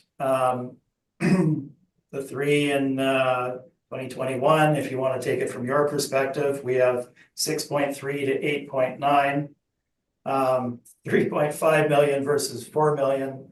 You're quibbling here. We're looking at retail strip malls of a somewhat smaller nature in the range of size of the subject property. So no, there's a reason that we've applied the cap rate that we have, which I've already stated. Thank you. No further questions. Thank you. Ms. Stevens, questions? Okay, there's been a lot of evidence there, but my question boils down to this. In 2020, the property sold for 4.2 million, and in 2020 for the 2024 assessment, you have it valued at 4.296, so very slightly above what it sold for after a lot of improvements have been made. So I'm just interested in your comment regarding that.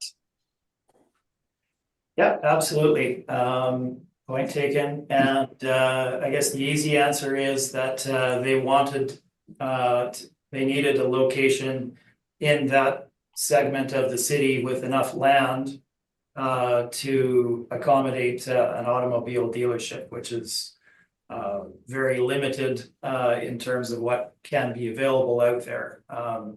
This non-standard location came up, and the school division was obviously aware of interest from an auto dealer would potentially drive a higher value given the adjacent uses there. So yes, they paid a premium to buy the property. They've since split off, as I noted, 2.1 acres.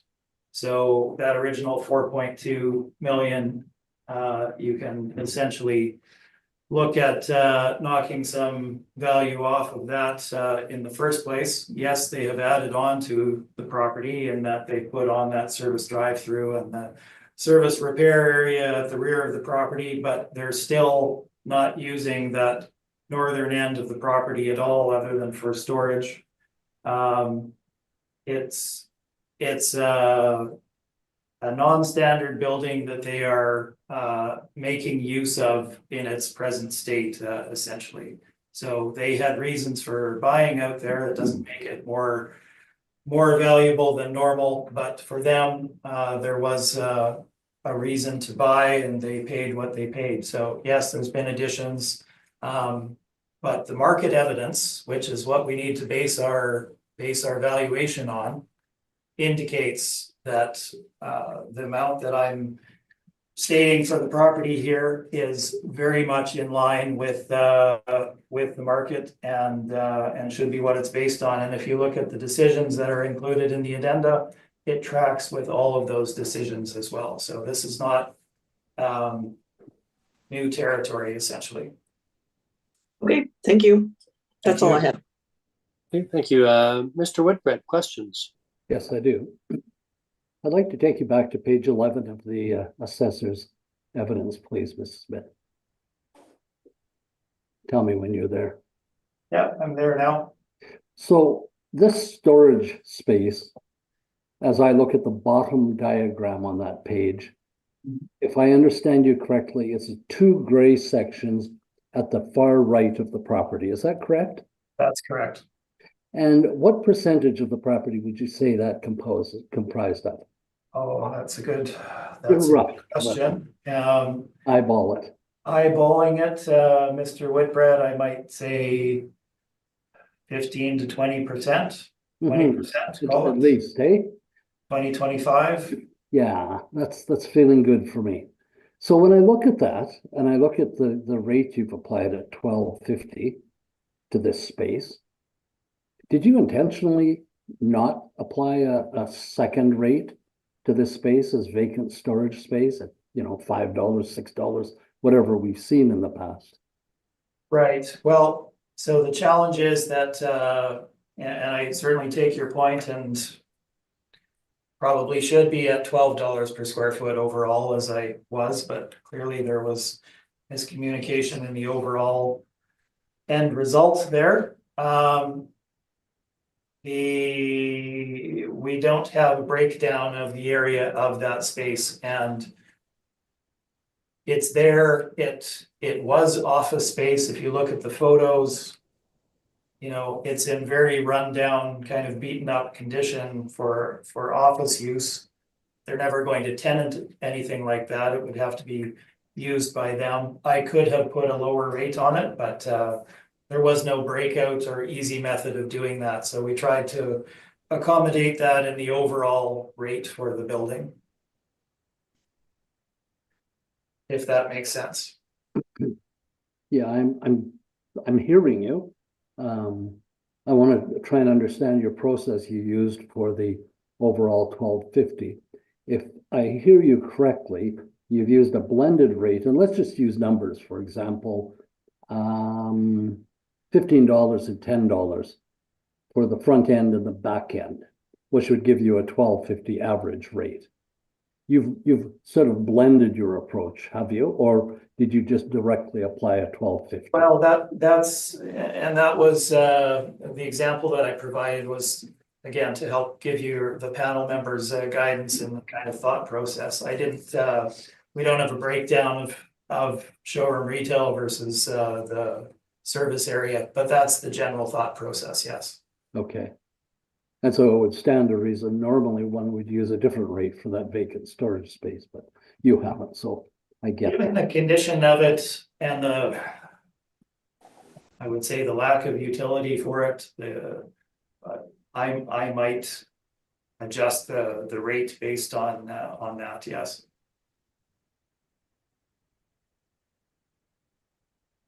So what we could have here is kind of like a 30% breakout, or 20-40-40, not putting words in your mouth, but sort of that breakout. The storage would be 20%, 25%, and then 30-30 for the rest of the building. Something along those lines. I know my math is not perfect there. That could be a reasonable approach, certainly.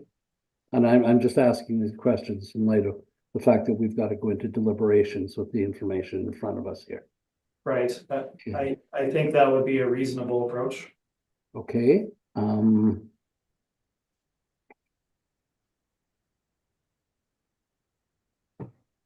I'm going to leave it there. Thank you. I have no other questions. Thank you. I have questions with respect to the cap rate and the comparables that you've chosen at page 29. In your testimony or in your submission, you indicated that you, and this was when you were answering questions from Ms. Schabel, that you chose the capitalization rate comparables based on the approximate size or the similarity in size to the subject property at 2536 McPhillips. Now, the subject property is 27,908 square feet, but I can't find any sizes of or combined square footage of these strip malls. Do you have that anywhere, or am I missing that somewhere? No, I did not include that level of detail necessarily, Mr. Chair.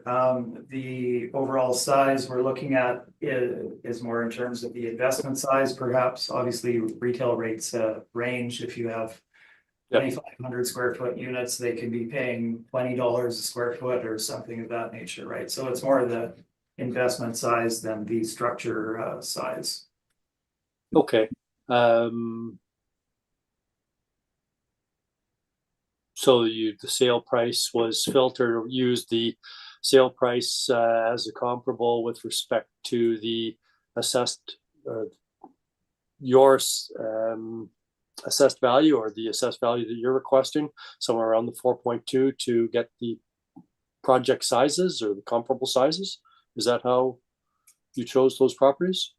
They are of a similar investment size. Yes, obviously there's some variation. We're looking, recorded one is a little bit smaller, one is a little bit larger, etc. But they're in that range. They're all relatively, an investor that was looking at one of these would look at all of the others as well. Essentially, you're not looking at it 20 million versus 2 million or anything of that nature. They fall kind of within that range that we would expect the auto dealers to be in.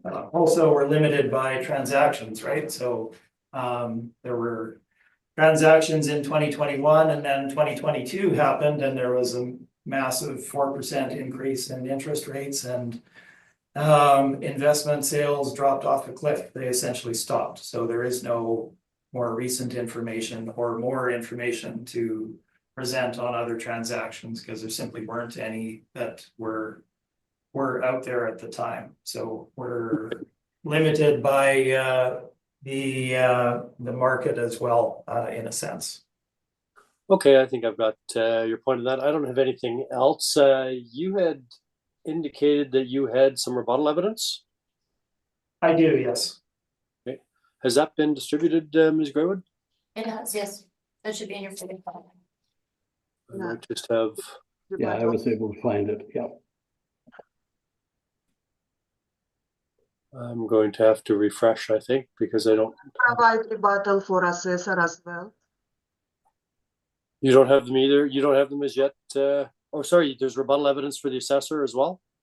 Is that I what you- had emailed her probably about an hour ago. I'll take a look here at the time that I sent it.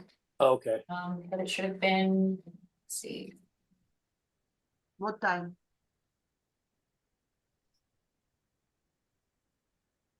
Because up 2 hours, I don't have any rebuttal.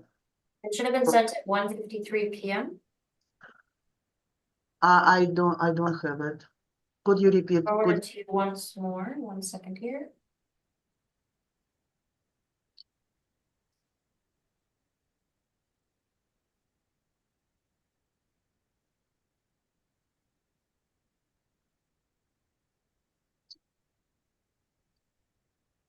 I'm not seeing the rebuttal, but am I looking? It's For, under item 1, you should have the A&T brief, the applicant brief, and then applicant. Oh, the rebuttal. one after that. Okay, got it. Yeah. Mm, Ms. Shable, can you let us know when you receive it, please? I'm looking. So it has been sent at 3:18 PM, so you should be receiving it shortly. Yes, I see now.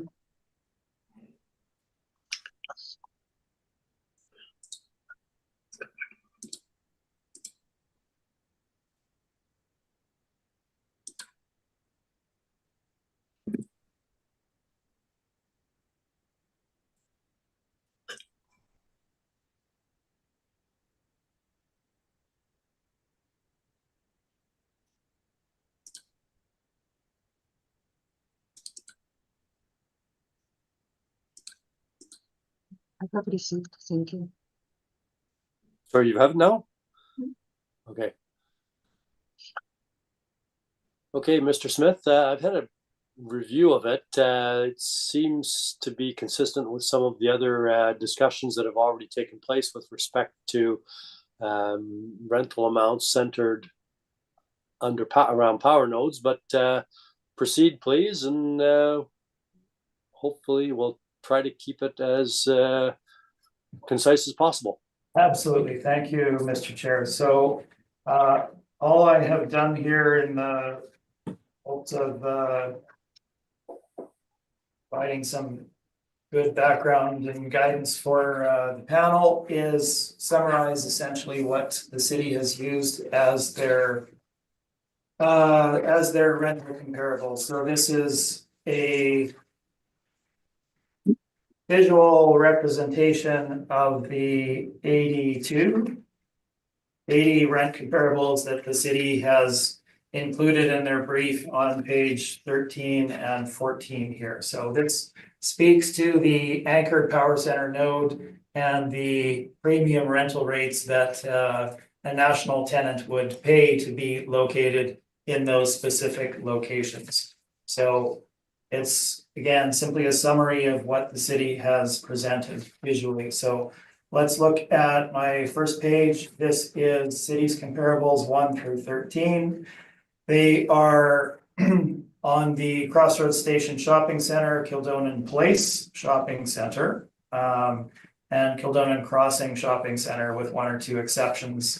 So if you look at the tenancies there and the clustering of them, let's look at the clustering first of all. You have 4 through 9 essentially that are on the power center node on the southeast corner of Regent and Lajimoje, that being Crossroads Station Shopping Center. Then you have 2 on the actual site of Kildonan Place Shopping Center. Our tenancies are all national, as you can see. They include Save On Foods, a Cineplex theater, Shoppers Drug Mart, which has significantly higher rental rates due to the build out, etc. So you can see why the rents would be higher. Moving on, you have the Polo Park area. They're all either on the Polo Park site or Mr. Whitbread? Sorry, Mr. Smith, sorry. Yeah. Mr. Chair, my interest would lie on page 5. We've seen this information from the city. I don't think Mr. Smith needs to go through all of it in detail. Could we not just review page 5 and get a good picture of the area? Can you you move on there then, Mr. Smith? I think that's Yeah, fairly I'm happy to move on, Mr. Whitbread. I don't want to take up more time than needed. Simply putting the background out there, we're not only relying on page 5. That's why I provide the rest of it to give a concise view of what the city has presented here. Again, there are premium rental rates that shouldn't be applied to these subject properties. So moving on to my page 5.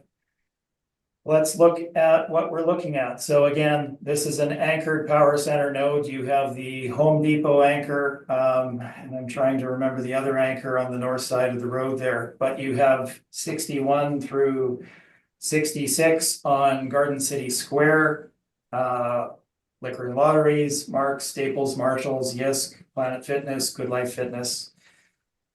Then we move on and you have the actual Garden City Shopping Center itself, obviously many anchors there, including the Asian supermarket, Canadian Tire, and then you have a number of big boxes that are on site. This particular one happens to be Good Life Fitness on that site. The others, you're looking at Northgate Shopping Center, pardon me, and some shadow anchors across the road. Now, the most telling one, number 68 at the top of that chart, is in both our evidence and the city's. It's a Shapes location and is immediately adjacent to 3 automobile dealerships, 2400, 2420, and 2536 McPhillips, which are across the road from it. They're paying $11.50 a square foot in that location for a similar size to an auto dealer. But obviously a more retail build out. So the whole point of this is to show the city's comparables that they have selected on these anchored power center nodes are going to have higher rental rates than should be applied to the front section of these auto dealerships, given their locations. And the evidence is there for you to review. That is my presentation. Thank you. Thank you. Ms. Shable, do you have any questions on the rebuttal evidence? No questions. Thank you. Mr. Whitbread, any questions on the rebuttal evidence? No, I have none. Thank you. Ms. Stevens, any questions? I have no questions. I do have a comment. I don't see anything here that you haven't stated over and over again in your presentation, and I did not find this helpful. You have made this point very clear already. That's all I have to say.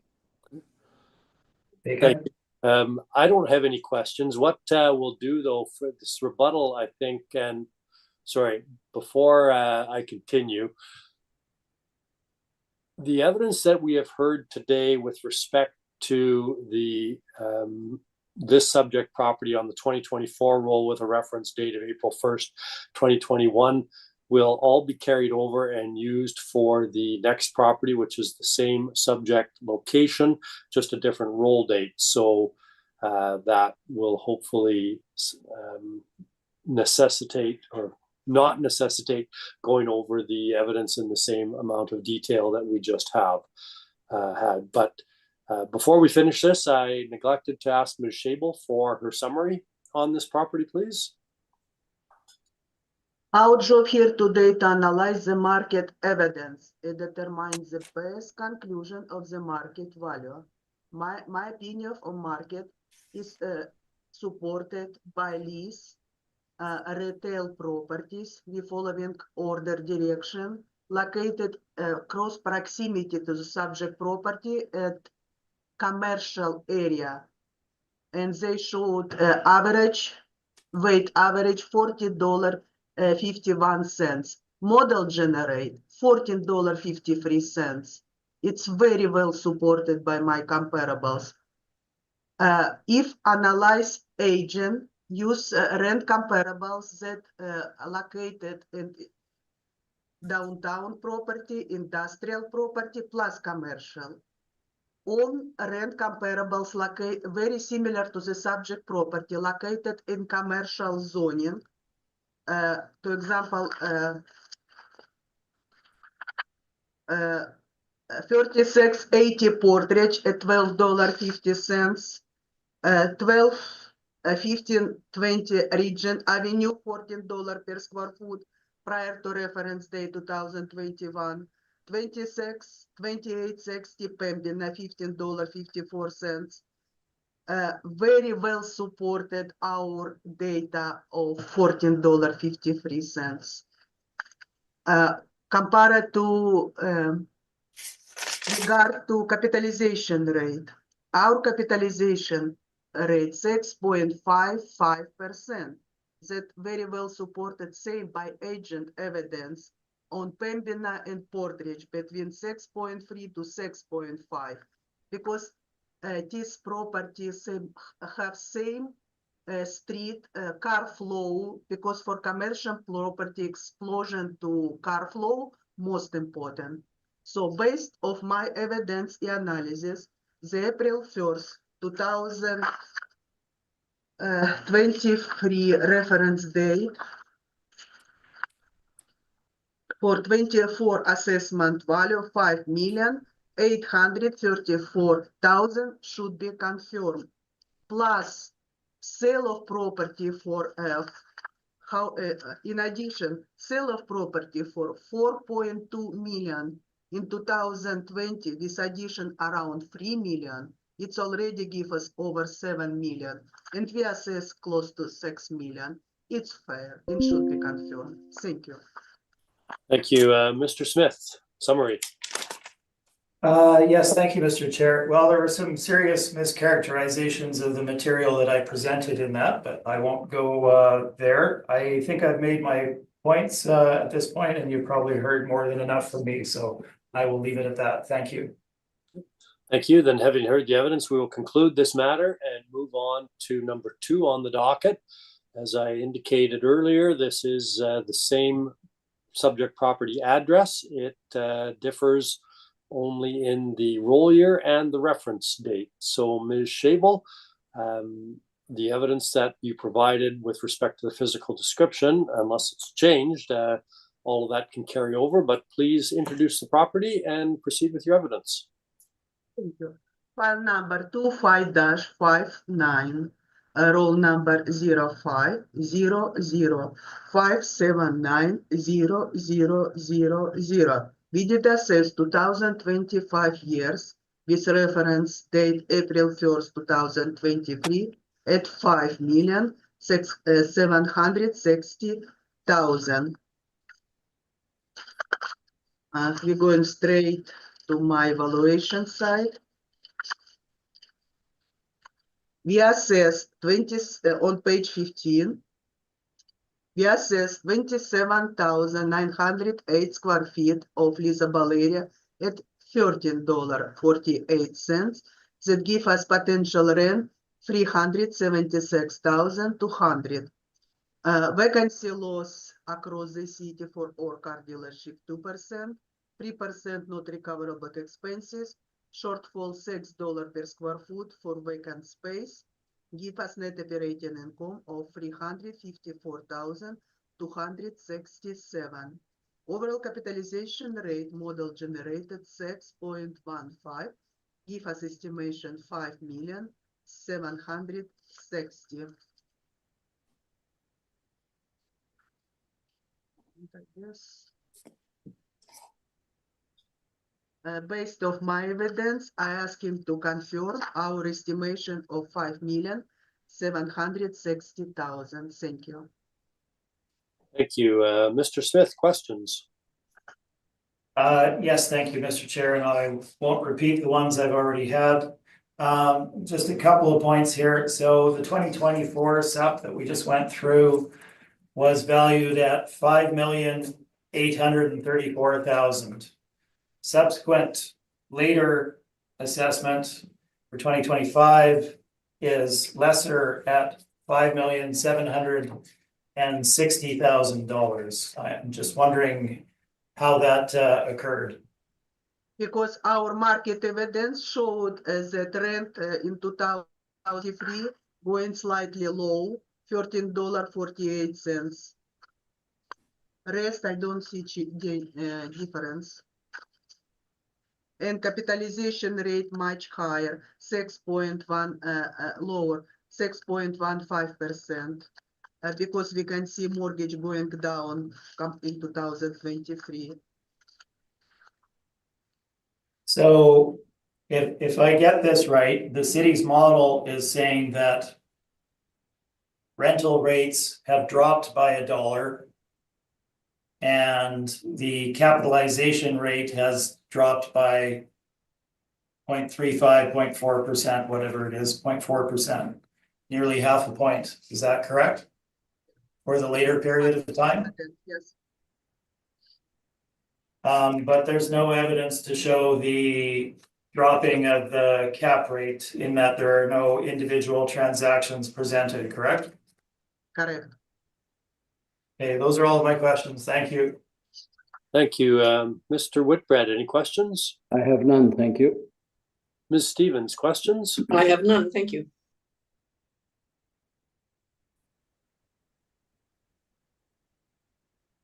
My questions about the cap rate, I think, have been asked and answered. So, Mr. Smith, your evidence, please. Yes, thank you, Mr. Chair. So we'll keep this concise. I won't cover the same ground. Where my point regarding the valuation of the property is the vagaries of the model. We're really what the city has done in the current cycle and I represent a lot of these properties, so I've seen it over and over again, is the model is projecting a significantly lower rate than they did for any prior cycle, which the market is not really backing up in any real sense. Apologies, Mr. Chair, it looks like the assessor has frozen. Pardon me? It looks like the assessor has frozen. Ms. Shable, can you hear us? Yes, yeah. I can hear it. Okay, it looks like your screen is frozen. Yeah, I am afraid to restart. Okay, we'll just wait till she rejoins us. Thank you. That's I was And scrolling see- through my screens and didn't see that.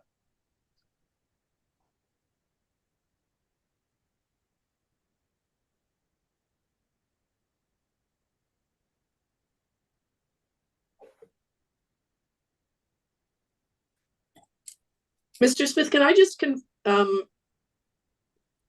confirm that just with your brief, that do they both say 24 at the top? Because So I'm sorry, It's I'm not- operating off my phone for the second one here, so I'm just going to it. So the cover page indicates 2025 supplemental. It does, okay, because I keep opening it and it keeps showing it as being, hang on a second here. It also shows a hearing date of April 29th, 2025. Yeah, that's what I've got as well. Okay. So there was a rescheduling of our hearing today, which I guess did not get redone on the cover page, so my apologies for that. Is your workup the same for both years? It Because the workup I have is identical to your first brief. sorry, I'm getting to it here. When you look at page 31, the rental rate change is to $12 per square foot instead of the $12.50. That's the only change on the numbers that follow that. But that's the only change that I could see from. Oh, it's okay. Maybe I've got the wrong one open here. I keep opening the one that says number 2 and it looks exactly the same. So I'm having trouble. Okay, hang on. Mine is the same as Ian's. I have 1250. Okay, I'll get to the right 12. one. Just give me a second here.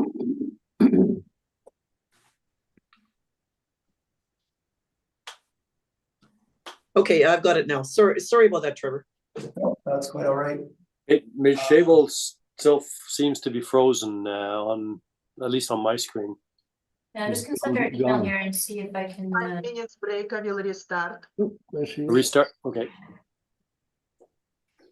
Sorry, what was that, Richard? I didn't. I interrupted.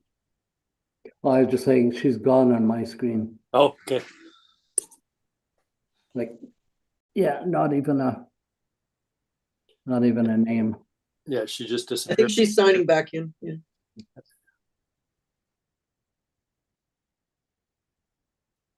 I'm just going to ask for another 5-minute break, Mr. Chair, if we could, if you don't mind. Okay, well, Well, while she's signing back in, then why don't we take 5 now, just give it a chance for everything to reset, and if we can do that, thank you. I'd like to call this meeting back to order, and I believe, Mr. Smith, we were about to hear from you. Yes, so I will keep this very concise and keep it focused just on the valuation itself. So what I will point out here, and frankly, it was an error in the 2024, is that, and I'm not going to change my valuation downwards in a hearing. I don't think that's appropriate. But I should have been at the $12 level on the subject property for 2024. I leave it as it is. You can do what you wish with that. The reason for this is a very substandard property that is being utilized as it is. If we look at the area that the subject property is in, and I handle a number of these properties, we have 3 more standard auto dealers. You have Birchwood Hyundai with the nice wavy front and relatively newly built, 2015 or 16. Gauthier Buick GMC, which is pretty standard one, and Crown Honda, which is down the way, which is a little bit, well, it's a standard one as well. It's just a little bit smaller. Subject is not like that. So that's why we're at $12 per square foot here. I should have been at $12 per square foot in the prior one. I'm not going to change it in the hearing. But that is the background information. And I do have knowledge of those other ones that we're speaking about. The differences that I will point out to you here, page number 17, we have some updated rents. So number 1, the Boyd Auto on Route 90, 15,000 square feet, 2023, it was bumped to $11 per square foot. So as I indicated, it would go up from that initial rate that it was at. Then at the, actually that's it for the automotive. We can jump forward to the retail, and that's on my page 19. And as I indicated on numbers 22 and 23, those would have gone up as of the expiry of their terms. They did, or rather the second phase of their term. They went up to $15 and $14.50 from $12 and $12.50. So as I indicated, there was a bit of a jump there. Now, that still falls exactly in line with what I'm talking about overall. In fact, it, I think, proves my point a bit more than before. Moving forward, capitalization rates, obviously, we have the same evidence, surprise, surprise. There was essentially, as we stated, the investment market dropped off a cliff in 2022. So there are no new sales, investment sales that we're able to bring to your attention because no owners were selling in that time frame, no buyers were buying. If your mortgage lending rate is going to go up dramatically, you're going to look for an increased cap rate, and you essentially, the market was entirely flat. So there is no evidence, new evidence to present to you over that time frame.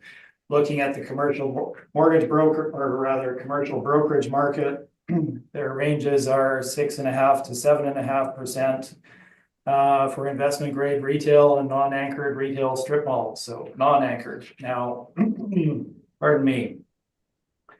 We've kept the same cap rate, 7.25%.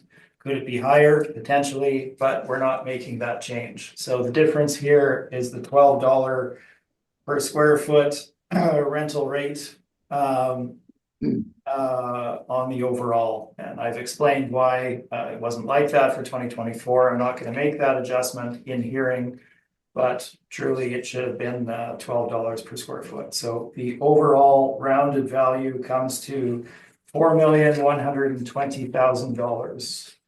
And the addenda is simply the supportive material that was already presented, as well as decisions that are supported from the current cycle. And my rebuttal remains the same as the city's comps are the same.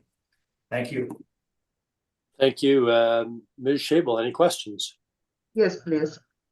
On your page 19, you showed that 1290 Kenaston lease update increased from $12 to $15 per square foot. So you admitted that 2021 market evidence match in 2023 market evidence. So rent going up by your own comparables, correct? On that specific property, yes, they have gone up. You've seen how I have done the valuation for 2024, so this is right in line with that. We're not looking at rents that should be higher than what we've already presented. But you apply rent $12 per square foot compared to 2021 effective years, $12.50. How so? We've already spoken about that. But all of your own evidence shows that this rent should be over $12.50 per square foot. No, Ms. Scheibel, I must respectfully disagree with you on that front. Your own evidence showed increase on $3 per square foot from 12 to 15. No further questions. Well, if one were to look at a single comp, then you might be accurate, but that's not how we do valuation, so. Thank you. Ms. Stevens, have you any questions? No, I think I'm good. Thank you very much. Mr. Whitbread? I have none, thank you. And I don't have any questions. I think they've all been dealt with. Ms. Shable, summary for this property, please. Yes. Our job here today is to analyze the market evidence and determine the best conclusion of the market value. My opinion of market value supported by lease comparables for retail property close to subject property, very close in same area on Leyla McPhilla, same commercial zoning. It's same evidence like 2024 at $14.51. Our model generate $13.48. It's already shown that going down rent. So our assessment plus our capitalization rate going from 6.55 to 6.15 because our data for 60 percentile showed from regional retail capitalization rate right now rent between 5.6% to 7% compared to 2024. It was between 6% to 7.2%. So it showed the capitalization rate going down. So instead of 6.55%, we right now have 6.15%. Based on my evidence presented in my brief, I asked him to confirm 2025 assessed value of $5,760,000. Thank you. Thank you. Mr. Smith, summary? I wasn't going to, but very briefly, when there's no transactions on the marketplace, there's no evidence of cap rates going one direction or the other. But frankly, when you have a 4% increase in interest rate, there is no chance of capitalizations rates decreasing in the 2-year span that we're talking about. That's my summary. Thank you. Thank you. Then, having heard the evidence, we will conclude this matter, and that completes all of the matters on the docket today. Thank you, Ms. Shable. Thank you, Mr. Smith, for your in-depth presentations. We will deliberate, and you will receive our decisions in due course. Thank you very much. Have a good rest of the day. Thank you, everyone. I appreciate your patience. I know these go on for a while, and I definitely appreciate it. Thank you.